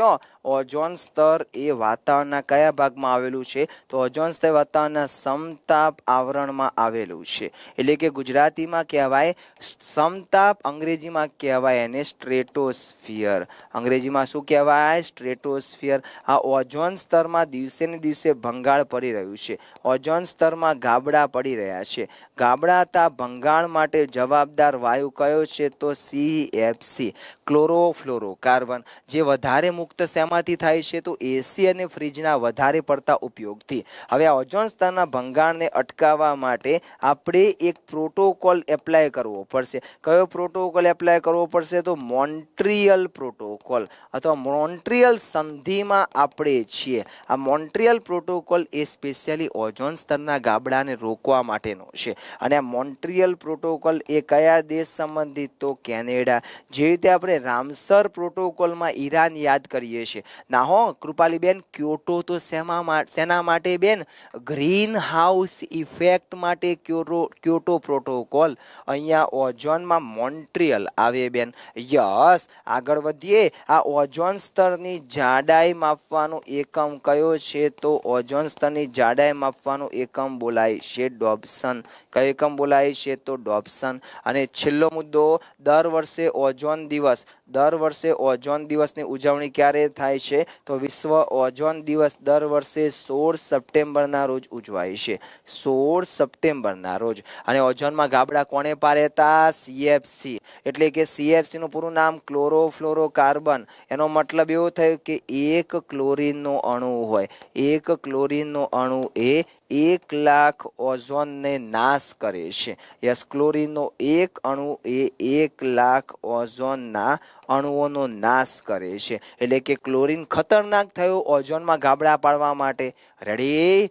વિચારો મિત્રો, ખાલી એક શબ્દ આવતો હોય અને એમાંથી તમને આટલા બધા ક્વેશ્ચન્સ મળતા હોય તો મને વિશ્વાસ છે જ્ઞાન લાઈવ સિવાય તમને આવા ક્વેશ્ચન્સ, એવું નહીં કે ભાઈ હું આપું, એવું નહીં કોઈ દિવસ ભાઈ, જ્ઞાન લાઈવ સિવાય બીજે ક્યાંય નહીં હોય. અને હોય તો મને ચેનલનું નામ કહેજો. હું એ લેક્ચર્સ જોઉં એ ફેકલ્ટીના કે એ ચેનલના, તો મને પણ આઈડિયા આવે કે યસ ભાઈ અમારા ત્યાં નોલેજ ઓછું પડે વિદ્યાર્થીને અમારું બધાનું. રેડી? ચલો મિત્રો મને કહેજો કોમેન્ટ્સમાં હાલ જ હો ભાઈ, કોઈ ચેનલ હોય તો તમારી નજરમાં. આગળ વધુ હવે હિમાનીબેન, નીચે આવી જો પ્રશ્નમાં. આટલે સુધી ક્લિયર ને હિમાનીબેન? આગળ વધુ છું. હાઇડ્રોજન પેરોક્સાઇડમાં હાઇડ્રોજન અને ઓક્સિજનનું દળથી પ્રમાણ કેટલું? ચલો ચલો મિત્રો જલ્દી કોમેન્ટ્સ, જલ્દી કોમેન્ટ્સ. ચલો સમય ઓછો છે મિત્રો, હજુ તો ક્વેશ્ચન્સ ઘણા બધા જોવાના છે એટલા માટે હો.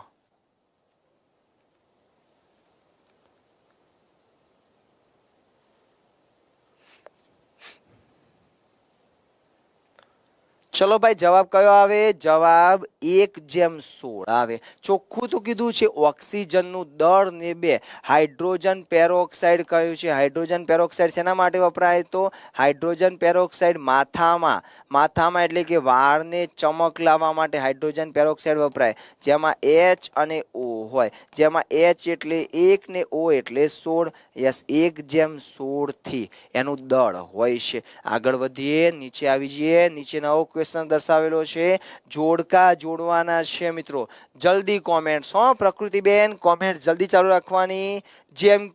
જેમ કે આ એમેડિયો એવોગ્રેડો 1 મોલના કણની સંખ્યા. મને તો એમાં ખબર જલ્દી પડી ભાઈ, બીજા બધામાં ખબર ના પડી, એમાં ખબર પડી ગઈ. ડી ની સામે 3 છે, ડી ની સામે 3.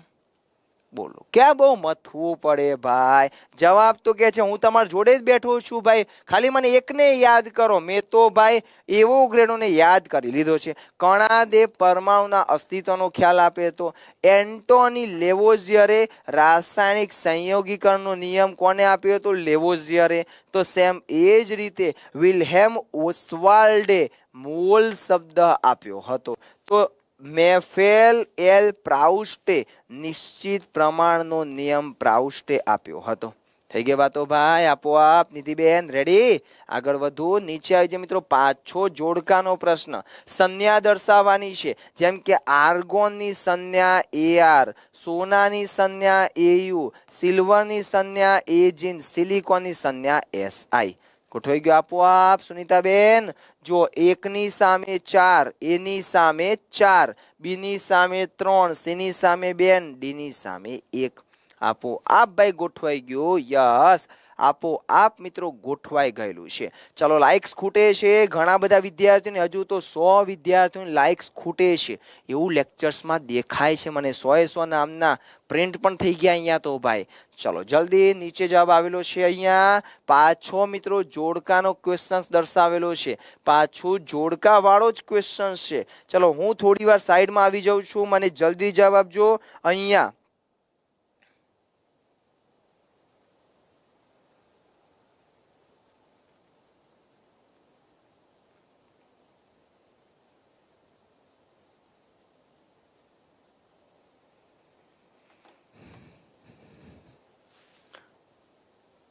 હા સાહેબ, એક્ઝામમાં વિધાનવાળા ક્વેશ્ચન આવશે. પહેલા સ્વાભાવિક વાત છે વિધાનવાળા ક્વેશ્ચન બધામાં નાય હોય યાર. સ્વાભાવિક વાત છે, ટાટ એ વસ્તુ અલગ છે. એમાં 2 પેપર ને બધું. જવાબ કયો આવી ગયો? બી જવાબ બધાને આવી ગયો ભાઈ. ચેક કરીએ હવે. હિલિયમ, હમણાં જ કીધું, હિલિયમ એ નિષ્ક્રિય વાયુ એટલે એક પરમાણુય બોલાય. નાઇટ્રોજન એ દ્વિપરમાણવીય બોલાય. તો કાર્બન ડાયોક્સાઇડ એ ત્રિપરમાણવીય. સલ્ફર એ બહુપરમાણવીય. અને ફોસ્ફરસ એ ચતુષ્પરમાણવીય. રેડી? આપો આપ મિત્રો જોડકું જોડાઈ ગયું છે. યસ, આગળ વધુ. નીચે આવી જાઓ પાછો. રાસાયણિક સંયોગીકરણના 2 મહત્વના નિયમોની રજૂઆત. હાલ જ પ્રશ્ન હતો જોડકામાં. સંયોગીકરણમાં કોણ હતું? લેવોઝિયર, લ્યુસિપસ, ડેમોક્રિટ્સ કે એક પણ નહીં? ઓપ્શનમાં ભૂલ છે? ના બેન, ભૂલ નથી ઓપ્શનમાં બેન, બરાબર હતું. ચલો જલ્દી કોમેન્ટ્સ હાર્દિકભાઈ, જલ્દી કોમેન્ટ્સ. સંયોગીકરણનો મહત્વનો નિયમ, 2 મહત્વના નિયમોની રજૂઆત કોણે કરી હતી? કોણે કરી હતી ભાઈ? સોરી, જવાબ અહીંયા ખોટો છે. અહીંયા જવાબ ખોટો છે ભાઈ. એન્ટોની લેવોઝિયરે સંયોગીકરણના નિયમો આપ્યા હતા. બાય મિસ્ટેક અહીંયા જવાબ ખોટો છે, પણ ચિંતા ના કરતા જવાબ લેવોઝિયર જ આવે. હાલ તો બોલે આપણે આગળ વધીએ. નીચેના પૈકી ખાલી જગ્યા દ્વિપરમાણવીય અણુ છે. દ્વિપરમાણ્યો અહીંયા બાય મિસ્ટેક અહીંયા કોપી પેસ્ટમાં ભાઈએ મૂકી દીધું છે. ચલો રોનકભાઈ જલ્દી કોમેન્ટ્સ, કારણ કે હજુ તો અણુ પરમાણુના ક્વેશ્ચન ચાલે છે, હજુ એસિડ બેઝના પણ ક્વેશ્ચન્સ બાકી છે, એટલે કહું છું.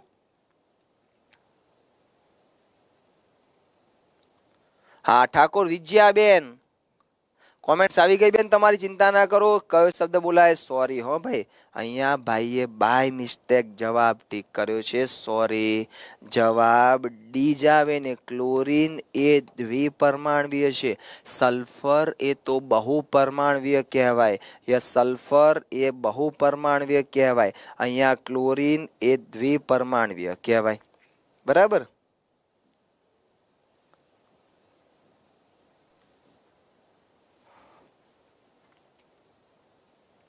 રેડી? ચલો આગળ વધીએ. નીચે આવી જઈએ પ્રશ્નમાં. અત્યાર સુધીના પ્રશ્નો શેના હતા?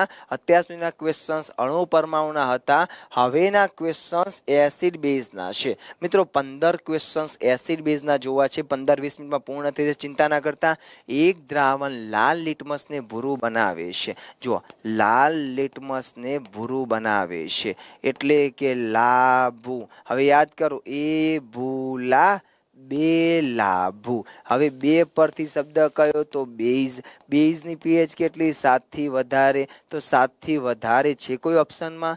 હા, પેપર ફૂટી ગયો ભાઈ. 7 થી વધારે 10 જ છે. હવે બેઝની વાત કરવા જઈએ તો મિત્રો બેઝની બધી વાતો બોલી ગયો. બેઝ સ્વાદે તુરા સ્પર્શે ચીકણા. બેઝની પીએચ 7 કરતા વધારે. બેઝમાં OH- મુક્ત થાય. બેઝ એ પ્રોટોન ગ્રાહી છે. થઈ ગઈ બધી જ વાતો ભાઈ બેઝના સંદર્ભમાં. આગળ વધુ. નીચે આવી જાય પ્રશ્નમાં. એક દ્રાવણ ઈંડાના પીસેલા કવચ સાથે પ્રક્રિયા કરી વાયુ ઉત્પન્ન કરે છે, જે ચૂનાના પાણીને દૂધિયું બનાવે છે, તો દ્રાવણ ખાલી જગ્યા ધરાવે છે. હવે ઈંડાની વાતો કરેલી છે, તો ઈંડાની વાતો હોય તો મરઘીને સાથે રાખી જ લઈએ.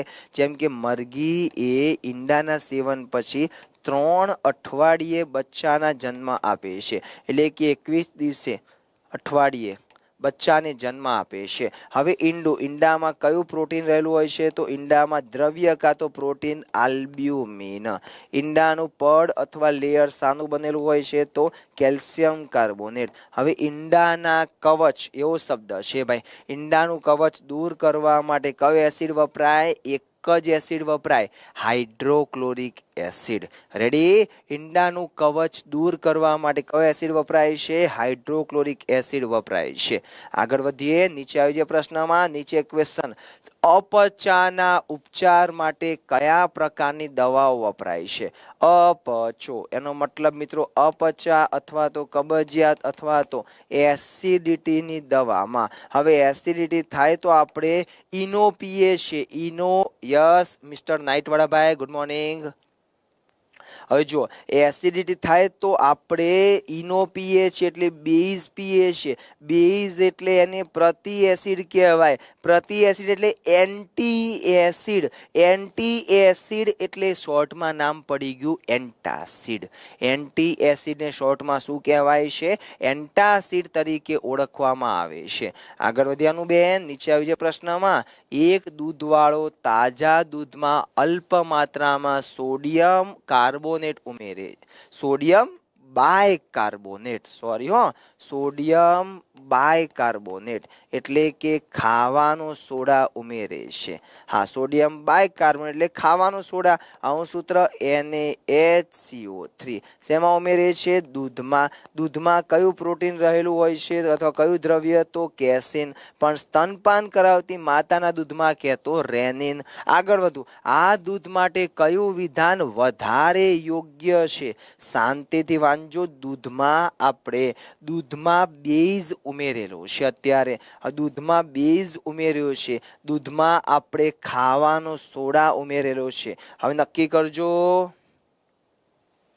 કયો જવાબ આવશે? યસ, આ દૂધ દહીં તરીકે જામવામાં વધારે સમય લેશે. સ્વાભાવિક વાત છે મિત્રો, દૂધમાં આપણે બેઝ ઉમેર્યો છે, દૂધમાં એસિડ ઉમેરવો પડે, દૂધમાં દહીં નાખવું પડે, કાં તો લીંબુ નીચોવવું પડે, કાં તો વિનેગર નાખવો પડે, જેથી દહીં જલ્દી જામે. અહીંયા તો દહીં જલ્દી નહીં જામે ભાઈ, વધારે સમય લાગશે.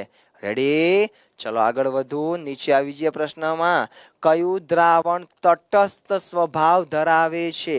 તટસ્થ સ્વભાવ. જોજો, ખાટા મીઠા ફળોના રસ. મિત્રો, ખાદ્ય પદાર્થમાં રહેલા એસિડ તમને ખબર હતી એટલે ના બોલ્યા, પણ વાંધો નહીં, હમણાં એક બ્લેન્ક સ્લાઇડ લાવીને હું તમને ખાદ્ય એસિડના નામ આપી દઉં છું, ચિંતા ના કરતા.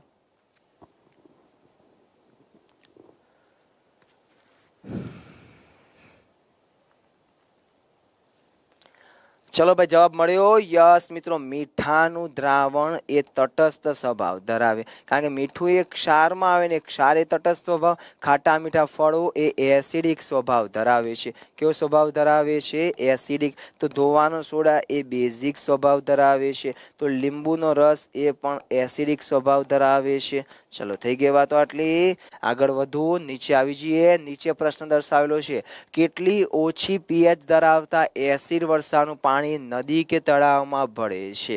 યસ, એસિડ વર્ષાની વાતો કરેલી છે. પહેલા તો આપણા પાણીમાં, આપણા વરસાદના પાણીમાં એસિડ ભળી જાય. કયો એસિડ ભળી જાય છે? તો સલ્ફ્યુરિક એસિડ. એમાં કયો વાયુ હોય છે? તો સલ્ફર ડાયોક્સાઇડ, જે તાજમહેલ જેવી બિલ્ડિંગોને નુકસાન કરે છે અથવા તેનું ક્ષારણ કરે છે.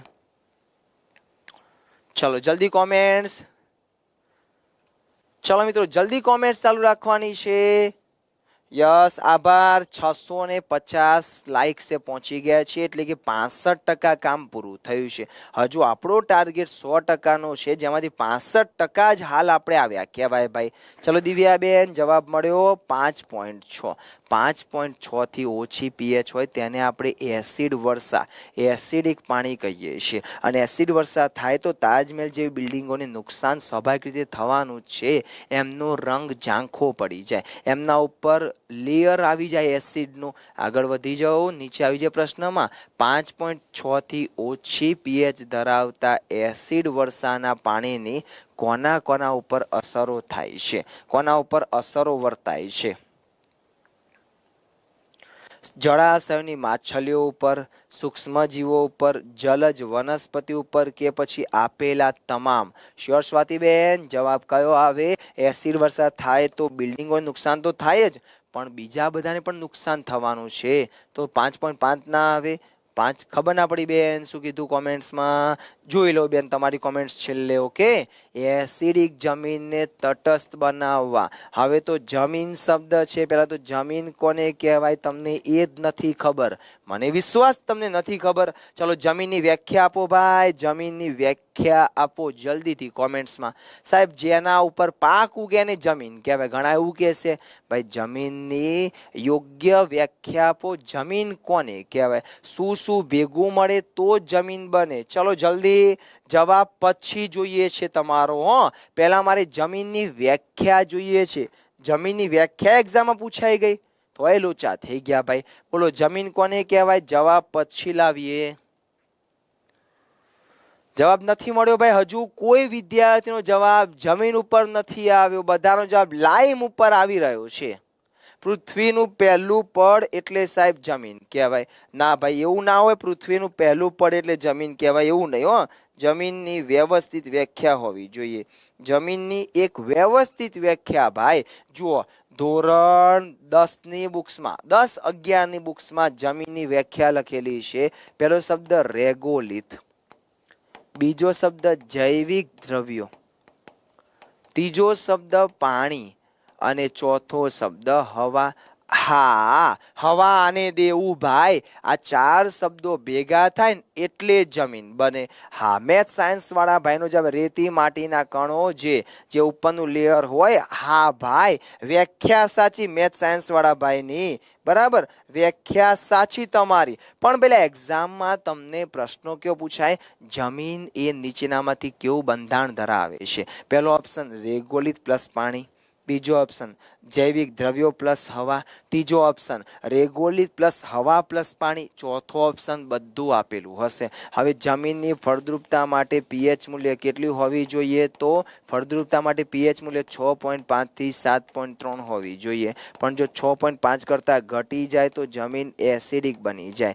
એસિડિક બની જાય તો એમાં આપણે તટસ્થ કરવા માટે લાઇમ અથવા ચૂનો ઉમેરવામાં આવે છે। શું ઉમેરવામાં આવે છે? લાઇમ અથવા ચૂનો। આગળ વધુ, હવે નીચે આવી જાઓ। નીચે પ્રશ્નમાં દર્શાવું છું, મોંના અંદરના ભાગે પીએચ કેટલાથી ઓછી થાય?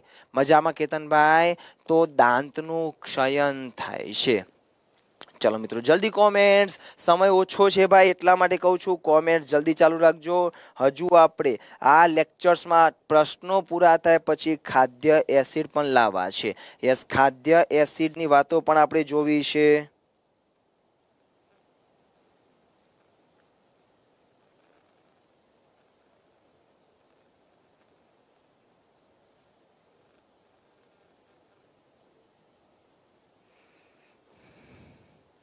चलो जवाब મળ્યો ભાઈ, કેટલાથી ઓછી? 5. અરે સોરી, હા, ક્ષયન નો થાય કહ્યું છે। પ્રશ્ન વાંચવાનો ભાઈ, મારે બોલવામાં બોલાઈ ગયું ભાઈ, ક્ષયન થાય, પણ પ્રશ્નમાં ક્ષયન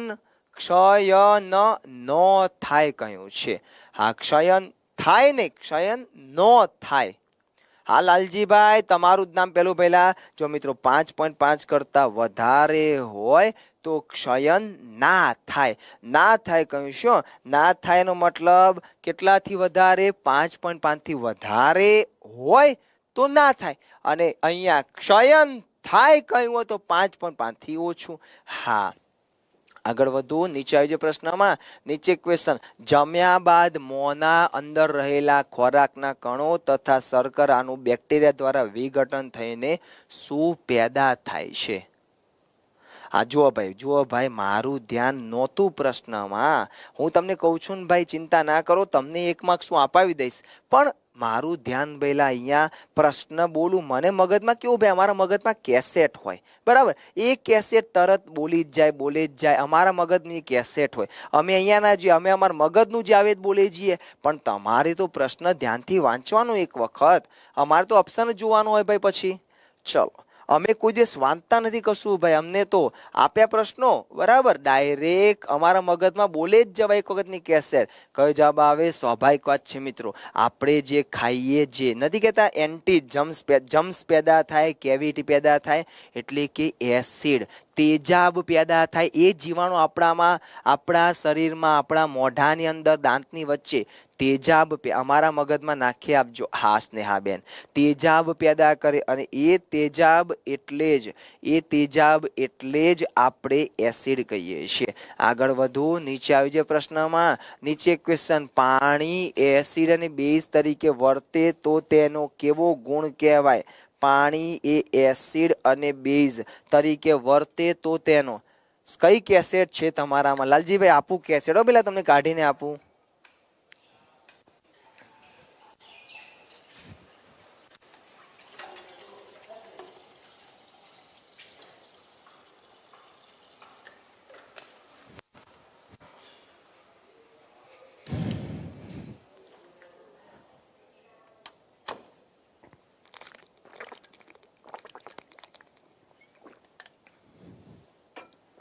મળી જવાબ ભાઈ, કયો ગુણધર્મ કહેવાય? જો એસિડ ને બેઝ બંને તરીકે વર્તું હોય, ધારો કે કોઈ પ્રાણી દરિયો અને જમીન બંને ઉપર રહેતો તો આપણે ઉભયજીવી કહીએ છીએ। તો કોઈ પાણી એસિડિક ને બેઝિક બંને તરીકે વર્તું હોય તો તેને આપણે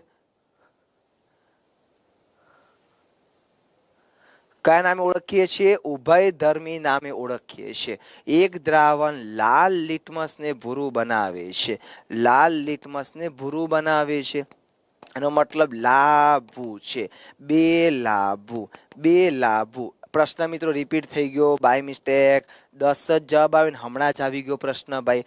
યસ, બેઝ જ હોય જે લાલ ને ભૂરું બનાવે, અને બેઝ હોય તો pH 7 કરતા વધારે જ હોય। મિત્રો આની પીડીએફ તમને જ્ઞાન લાઈવ ની, સોરી ભાઈ, પ્રશ્ન બાય મિસ્ટેક રિપીટ થઈ રહ્યા છે। હા, 3 પ્રશ્નો રિપીટ થતા નીકાળ દો ભાઈ, તમને વાંચવામાં વાંધો ના આવે જલ્દીથી.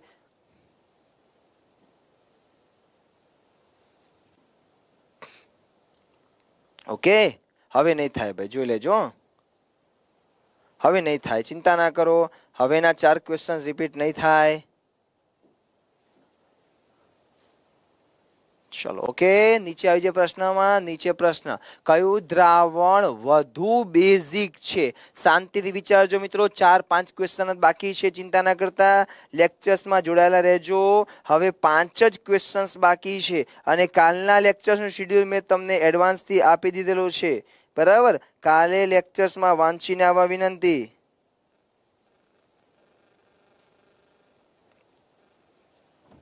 ચલો, કયું દ્રાવણ વધુ બેઝિક છે એટલે કે વધુ પીએચ ધરાવે? કોણ? તો 11.5. હવે પીએચ ની બીજી વાત જોઈ લેજો. આકૃતિ ડ્રો કરું છું, ધ્યાનથી સાંભળજો. આકૃતિ કેવી છે? તો જે ધોરણ 10 માં આપણે ડ્રો કરતા હતા એ જ આકૃતિ છે. ધોરણ 10 માં ડ્રો કરતા હતા તે જ. 0 એન્ડિંગ 14, મિડલ પોઈન્ટ 7. 0 થી 7 એસિડિકતા વધે, 7 થી 14 બેઝિકતા વધે. 0 થી 7 શું વધે? એસિડિકતા વધે. એસિડિકતા વધે અને 7 થી 14 તો બેઝિકતા વધે અથવા આલ્કલાઇનતા વધે. રેડી? ચલો આગળ વધુ. હવે નીચે આવજો પ્રશ્નમાં. નીચે પ્રશ્ન દર્શાવેલો છે, કયો એસિડ પ્રબળ એસિડ છે? ચલો મિત્રો, પ્રશ્નો કેવા લાગે? પ્રશ્નો થોડા સરળ હતા, સ્વાભાવિક વાત છે મિત્રો, પ્રશ્નો સરળ હોવાના જ છે. ટોપિક્સ થોડો સરળ છે, એસિડ બેઝ, એ તો થિયરિટિકલ સમજવામાં તકલીફ પડે છે, બાકી ક્વેશ્ચન આન્સર્સ તમને આવડી જ જશે. ચલો ફરીથી, કયો એસિડ પ્રબળ? એસિડિક એસિડ ના, એ તો ખાઈએ છે એટલે નિર્બળ કહેવાય. તો સેમ સાઇટ્રિક એ ખાઈએ છે, ઓક્ઝેલિક એ ખાઈએ છે. કયો એસિડ નથી ખાતા? Nitric acid. મિત્રો નાઇટ્રિક એસિડ નું અણુસૂત્ર કયું છે? તો નાઇટ્રિક એસિડ નું અણુસૂત્ર છે HNO3 અને આ નાઇટ્રિક એસિડ એ પ્રયોગશાળામાં ઓસ્વાલ્ડ પદ્ધતિ વડે બનાવવામાં આવે છે. કઈ પદ્ધતિ વડે? તો ઓસ્વાલ્ડ પદ્ધતિ વડે. શ્યોર બેન, બધા ચેપ્ટર્સના બેન લેવાના છે. 1લી તારીખે લેક્ચર્સ રાખવાની ગણતરી છે. કયું દ્રાવણ તટસ્થ સ્વભાવ? બાય મિસ્ટેક આવ્યો, મીઠાનું જલીય દ્રાવણ આવી ગયો પ્રશ્ન હમણાં જ. નીચે આવી જો, દાંતનું બહારનું પડ શાનું બનેલું હોય છે? દાંતનું બહારનું પડ ઇનેમલ, જેને રાસાયણિક નામ બોલાય છે કેલ્શિયમ સલ્ફેટ નહીં, કેલ્શિયમ ફોસ્ફેટ. કેલ્શિયમ ફોસ્ફેટ નું બનેલું હોય છે. જેનું અણુસૂત્ર પૂછાય તો યાદ રાખી દેવું, Ca3 કૌંસમાં PO4 twice. Ca3 PO4 twice. આગળ વધુ. નીચે આવી જો પ્રશ્નમાં. નીચે પ્રશ્ન દર્શાવેલો છે, સમીકરણને તમારે સંતુલિત કરવાનું છે. જોજો, CaCl2 પ્લસ ખાલી જગ્યા બરાબર CaSO4 પ્લસ 2NaCl. શાંતિથી વિચારજો. Ca છે, હા છે. SO4 છે, નથી, એટલે SO4 વાળું હશે, બરાબર. અહીંયા Na છે, નથી, એટલે કે Na વાળું હશે. Cl તો છે જ. આવે શું ભાઈ? Na2SO4. હવે સંતુલિત કરો. Na કેટલા? 2. 2 ને થઈ ગયા. SO4 કેટલા? 1. Ca કેટલા? 1. Cl કેટલા? 2. બોલો, ક્યાં તકલીફ પડી ભાઈ? આપોઆપ મિત્રો ગોઠવાઈ ગયું છે. યસ, આપોઆપ સ્વાતિબેન એ સૂત્ર ગોઠવાઈ ગયેલું છે. આગળ વધીએ. કઈ જોડ યોગ્ય નથી? આવી ગયો ભાઈ, મેં તમને હાલ જ કહ્યું, ખાદ્ય ફળોમાં અથવા ખાદ્ય પદાર્થોમાં રહેલા એસિડની ચર્ચા નથી, તો સાથે લાવી દઈએ એક બ્લેન્ક સ્લાઇડમાં. આભાર પાર્વતીબેન. પાર્વતીબેન ખાલી બેન વિડીયોને લાઇક્સ અને શેર કરજો બસ. ભલે અમારા માટે કોઈ વસ્તુ મોકલો ના મોકલો, કઈ મીઠાઈ મોકલો ના મોકલો, પણ વિડીયોને લાઇક્સ અને શેર જરૂર કરજો. ઓકે વંદનાબેન, જલ્દી કોમેન્ટ્સ. કઈ જોડ યોગ્ય? ખાટા ફળોમાં સાઇટ્રિક એસિડ. ખાટા ફળ એટલે લીંબુ અને નારંગીમાં કયો એસિડ? તો સાઇટ્રિક એસિડ. દહીં અને છાશમાં કયો એસિડ? તો લેક્ટિક એસિડ. કીડીના ડંખ અથવા તો મધમાખીનો ચટકો? Methanoic acid. ટામેટામાં ટાર્ટરિક હોય ભાઈ? જવાબ અહીંયા લખી દઉં છું. ટામેટામાં તો ઓક્ઝેલિક એસિડ હોય. ટામેટામાં કયો એસિડ હોય છે? Oxalic acid. તો સેમ એ જ રીતે આંબલી કાં તો કાચી કેરીમાં ટાર્ટરિક એસિડ એસિડ હોય છે. આમ્લિકા તો કાચી ક્યાંયમાં કયો એસિડ? Tartaric acid. તો વિનેગાર અથવા સરકો, વિનેગાર અથવા સરકો એ કયો એસિડ હોય છે? તો એસિટિક એસિડ હોય છે. તો સેમ છેલ્લું, રેન્સીડ બટરમાં કયો એસિડ હોય છે? તો રેન્સીડ બટરમાં બ્યુટ્રિક એસિડ હોય છે. કયો એસિડ હોય છે? રેન્સીડ બટરમાં બ્યુટ્રિક એસિડ હોય છે. થઈ ગયા બધા જ એસિડ ને બધી વાતો? યસ, એક સાથે મિત્રો એસિડ ને, હા ભાઈઓ, મિથેનોઇક એસિડ એને જ ગુજરાતીમાં ફોર્મિક એસિડ કહેવાય. રાસાયણિક નામ એનું મિથેનોઇક એસિડ અને સામાન્ય નામ એનું ફોર્મિક એસિડ બોલાય છે. આગળ વધીએ હવે. સર જમવાનું બનાવતા લેક્ચર જોઈએ છે. આભાર હો પ્રવીણભાઈ. પ્રવીણભાઈ જમવાનું બનાવજો પાછા, નહીં તો લોચા થશે, ઘરે ઝઘડા થશે પહેલા. ચલો આગળ વધુ. નીચેના પૈકી કયા ક્ષારના જલીય દ્રાવણમાં OH માઇનસ આયનોનું પ્રમાણ વધારે હોય છે? OH માઇનસ આયનો એટલે કે એ બેઝ હશે. હવે નક્કી તમારે કરવાનું છે કે અહીંયા રેન્સીડ એટલે શું? તો નૈના બેન, જ્યારે ઘરે માખણ બનતો હોય ને બેન, માખણ એટલે એ ખાટું ના લાગે. જોજો તમે, એ તો છાસનો ભાગ આવે એટલે ખાટું લાગે. એટલે એ વખતે એમાં એસિડ ના હોય પણ માખણ પડી રહે. હા હો ભાઈ, એપલમાં, સફરજનમાં મેલિક એસિડ અને પાલકની ભાજીમાં ઓક્ઝેલિક એસિડ. બોલવાનું રહી ગયું. પણ બીજી વાત, જ્યારે માખણ બને ત્યારે ખાટું ના હોય, એસિડના માખણ પડી રહે સમય જતા, 10-15 દિવસ જાય એટલે વાસી માખણ કહેવાય. અને આમાં રેન્સીડ બટર શબ્દ વપરાય અને આમાં બ્યુટ્રિક એસિડ હોય છે. કયો જવાબ આવે અહીંયા? CH3COONA, જે બેઝ કહેવાય, જેમાં OH માઇનસ આયનો વધારે માત્રામાં હશે. રેડી? છેલ્લો ક્વેશ્ચન કદાચ, કયો પદાર્થ મંદ એસિડ સાથે પ્રક્રિયા કરી કાર્બન ડાયોક્સાઇડ આપતો નથી? યસ, આ પ્રશ્ન ધોરણ 10 ની બુક્સમાં છે ભાઈ, એટલા માટે લીધેલો છે. કયો પદાર્થ મંદ એસિડ સાથે પ્રક્રિયા કરી કાર્બન ડાયોક્સાઇડ આપતો નથી? ચલો મિત્રો જલ્દી કોમેન્ટ જલ્દી. છેલ્લો ક્વેશ્ચન છે. મેં તમને કહ્યું હતું ને કે પોણા કલાકમાં આપણું લેક્ચર્સ પ્રશ્નોત્તરીનું પૂરું થઈ જશે. અત્યારે આપણો મેઇન ફોકસ એક વખત, આભાર હિરલબેન, એક વખત તમને થિયરી સમજાવવાનું, થોડા ઘણા ક્વેશ્ચન આપવાનું છે. બાકી ક્વેશ્ચન આન્સર્સ માટે આપણે કંઈક બીજું પણ આયોજન વિચારી રહ્યા છીએ. 3 તારીખ પહેલા, 2 તારીખ પહેલા. જવાબ કયો આવે? માર્બલ નહીં ભાઈ, ચૂનો જવાબ આવે. ચૂનો એ મંદ એસિડ સાથે પ્રક્રિયા કરી કાર્બન ડાયોક્સાઇડ આપતો નથી. રેડી? ઘઉંમાં કયો એસિડ? તો દેવાંગભાઈ, ઘઉંમાં ગ્લુમેટિક એસિડ હોય છે. ઓકે ને? ઘઉંમાં ગ્લુમેટિક એસિડ. અને ઓપ્શનમાં ગ્લુમેટિક ના આપે તો ફોલિક આપશે, પણ ગ્લુમેટિક આપી જ દેશે. આભાર રાજવીબા. હા હો બેન, કાજુ કતરી લાવજો બેન. પણ પાસ થયા પછી આવું કેમ લખો બધા ભાઈ? કેમ સાહેબને એમનેમ ના ખવડાવાય? ના સાહેબ, પાસ થઈએ તો જ, બાકી તમે અમારા માટે કામના નહીં. રેડી મિત્રો? થઈ ગયા ક્વેશ્ચન આન્સર્સ? તો આજની એક વાત જણાવી દઉં, જ્ઞાન લાઈવ 25 તારીખથી તમારા માટે નવી બેચ ચાલુ કરી રહ્યું છે. એચીવર્સ બેચ સ્પેશિયલી જીપીએસસી માટેની, જેમાં મિત્રો પ્રિલિમ્સ, મેઇન્સ ને ઇન્ટરવ્યુ બધી તૈયારી કરવામાં આવશે. જેમાં 1 વર્ષની વેલિડિટી ફીસ છે 16,000 ને 2 વર્ષની વેલિડિટી ફીસ છે 24,000.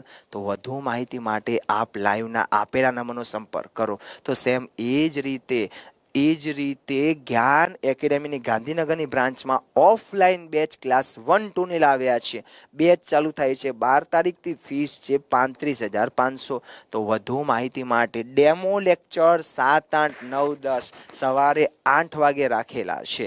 તો મિત્રો બીજા લેક્ચર્સની આજની વાતો હમણાં વાત કરવા જઈએ તો મિત્રો ટાટની એક્ઝામ નજીક છે, એના માટે ઓનલાઈન સિરીઝ લાવ્યા છીએ. અને આ ટેસ્ટ સિરીઝ 22 તારીખથી લઈને 1 તારીખ સુધી હશે, 3 વાગ્યાથી 4:30 વાગ્યા સુધી, જેની ફીસ છે 499 રૂપિયા. વધુ માહિતી માટે લાઈવના આપેલા નંબરનો સંપર્ક કરો. તો મિત્રો એસએસસી CHSL MTS ની બેચ ચાલુ થઈ ગઈ છે. બેચ ચાલુ 1 તારીખથી થઈ રહી છે 50% ડિસ્કાઉન્ટમાં. 1 વર્ષની વેલિડિટી, ફીસ છે 6,999. તો વધુ માહિતી માટે આપેલા નંબરનો સંપર્ક કરો. અને મિત્રો આજના લેક્ચર્સની વાત કરવા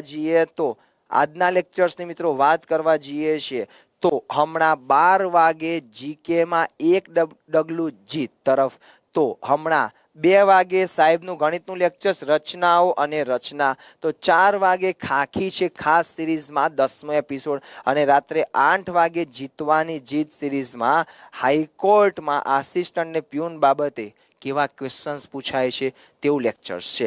અને રાત્રે 10 વાગે જીસીઆરટી અભ્યાસનો 20મો એપિસોડ.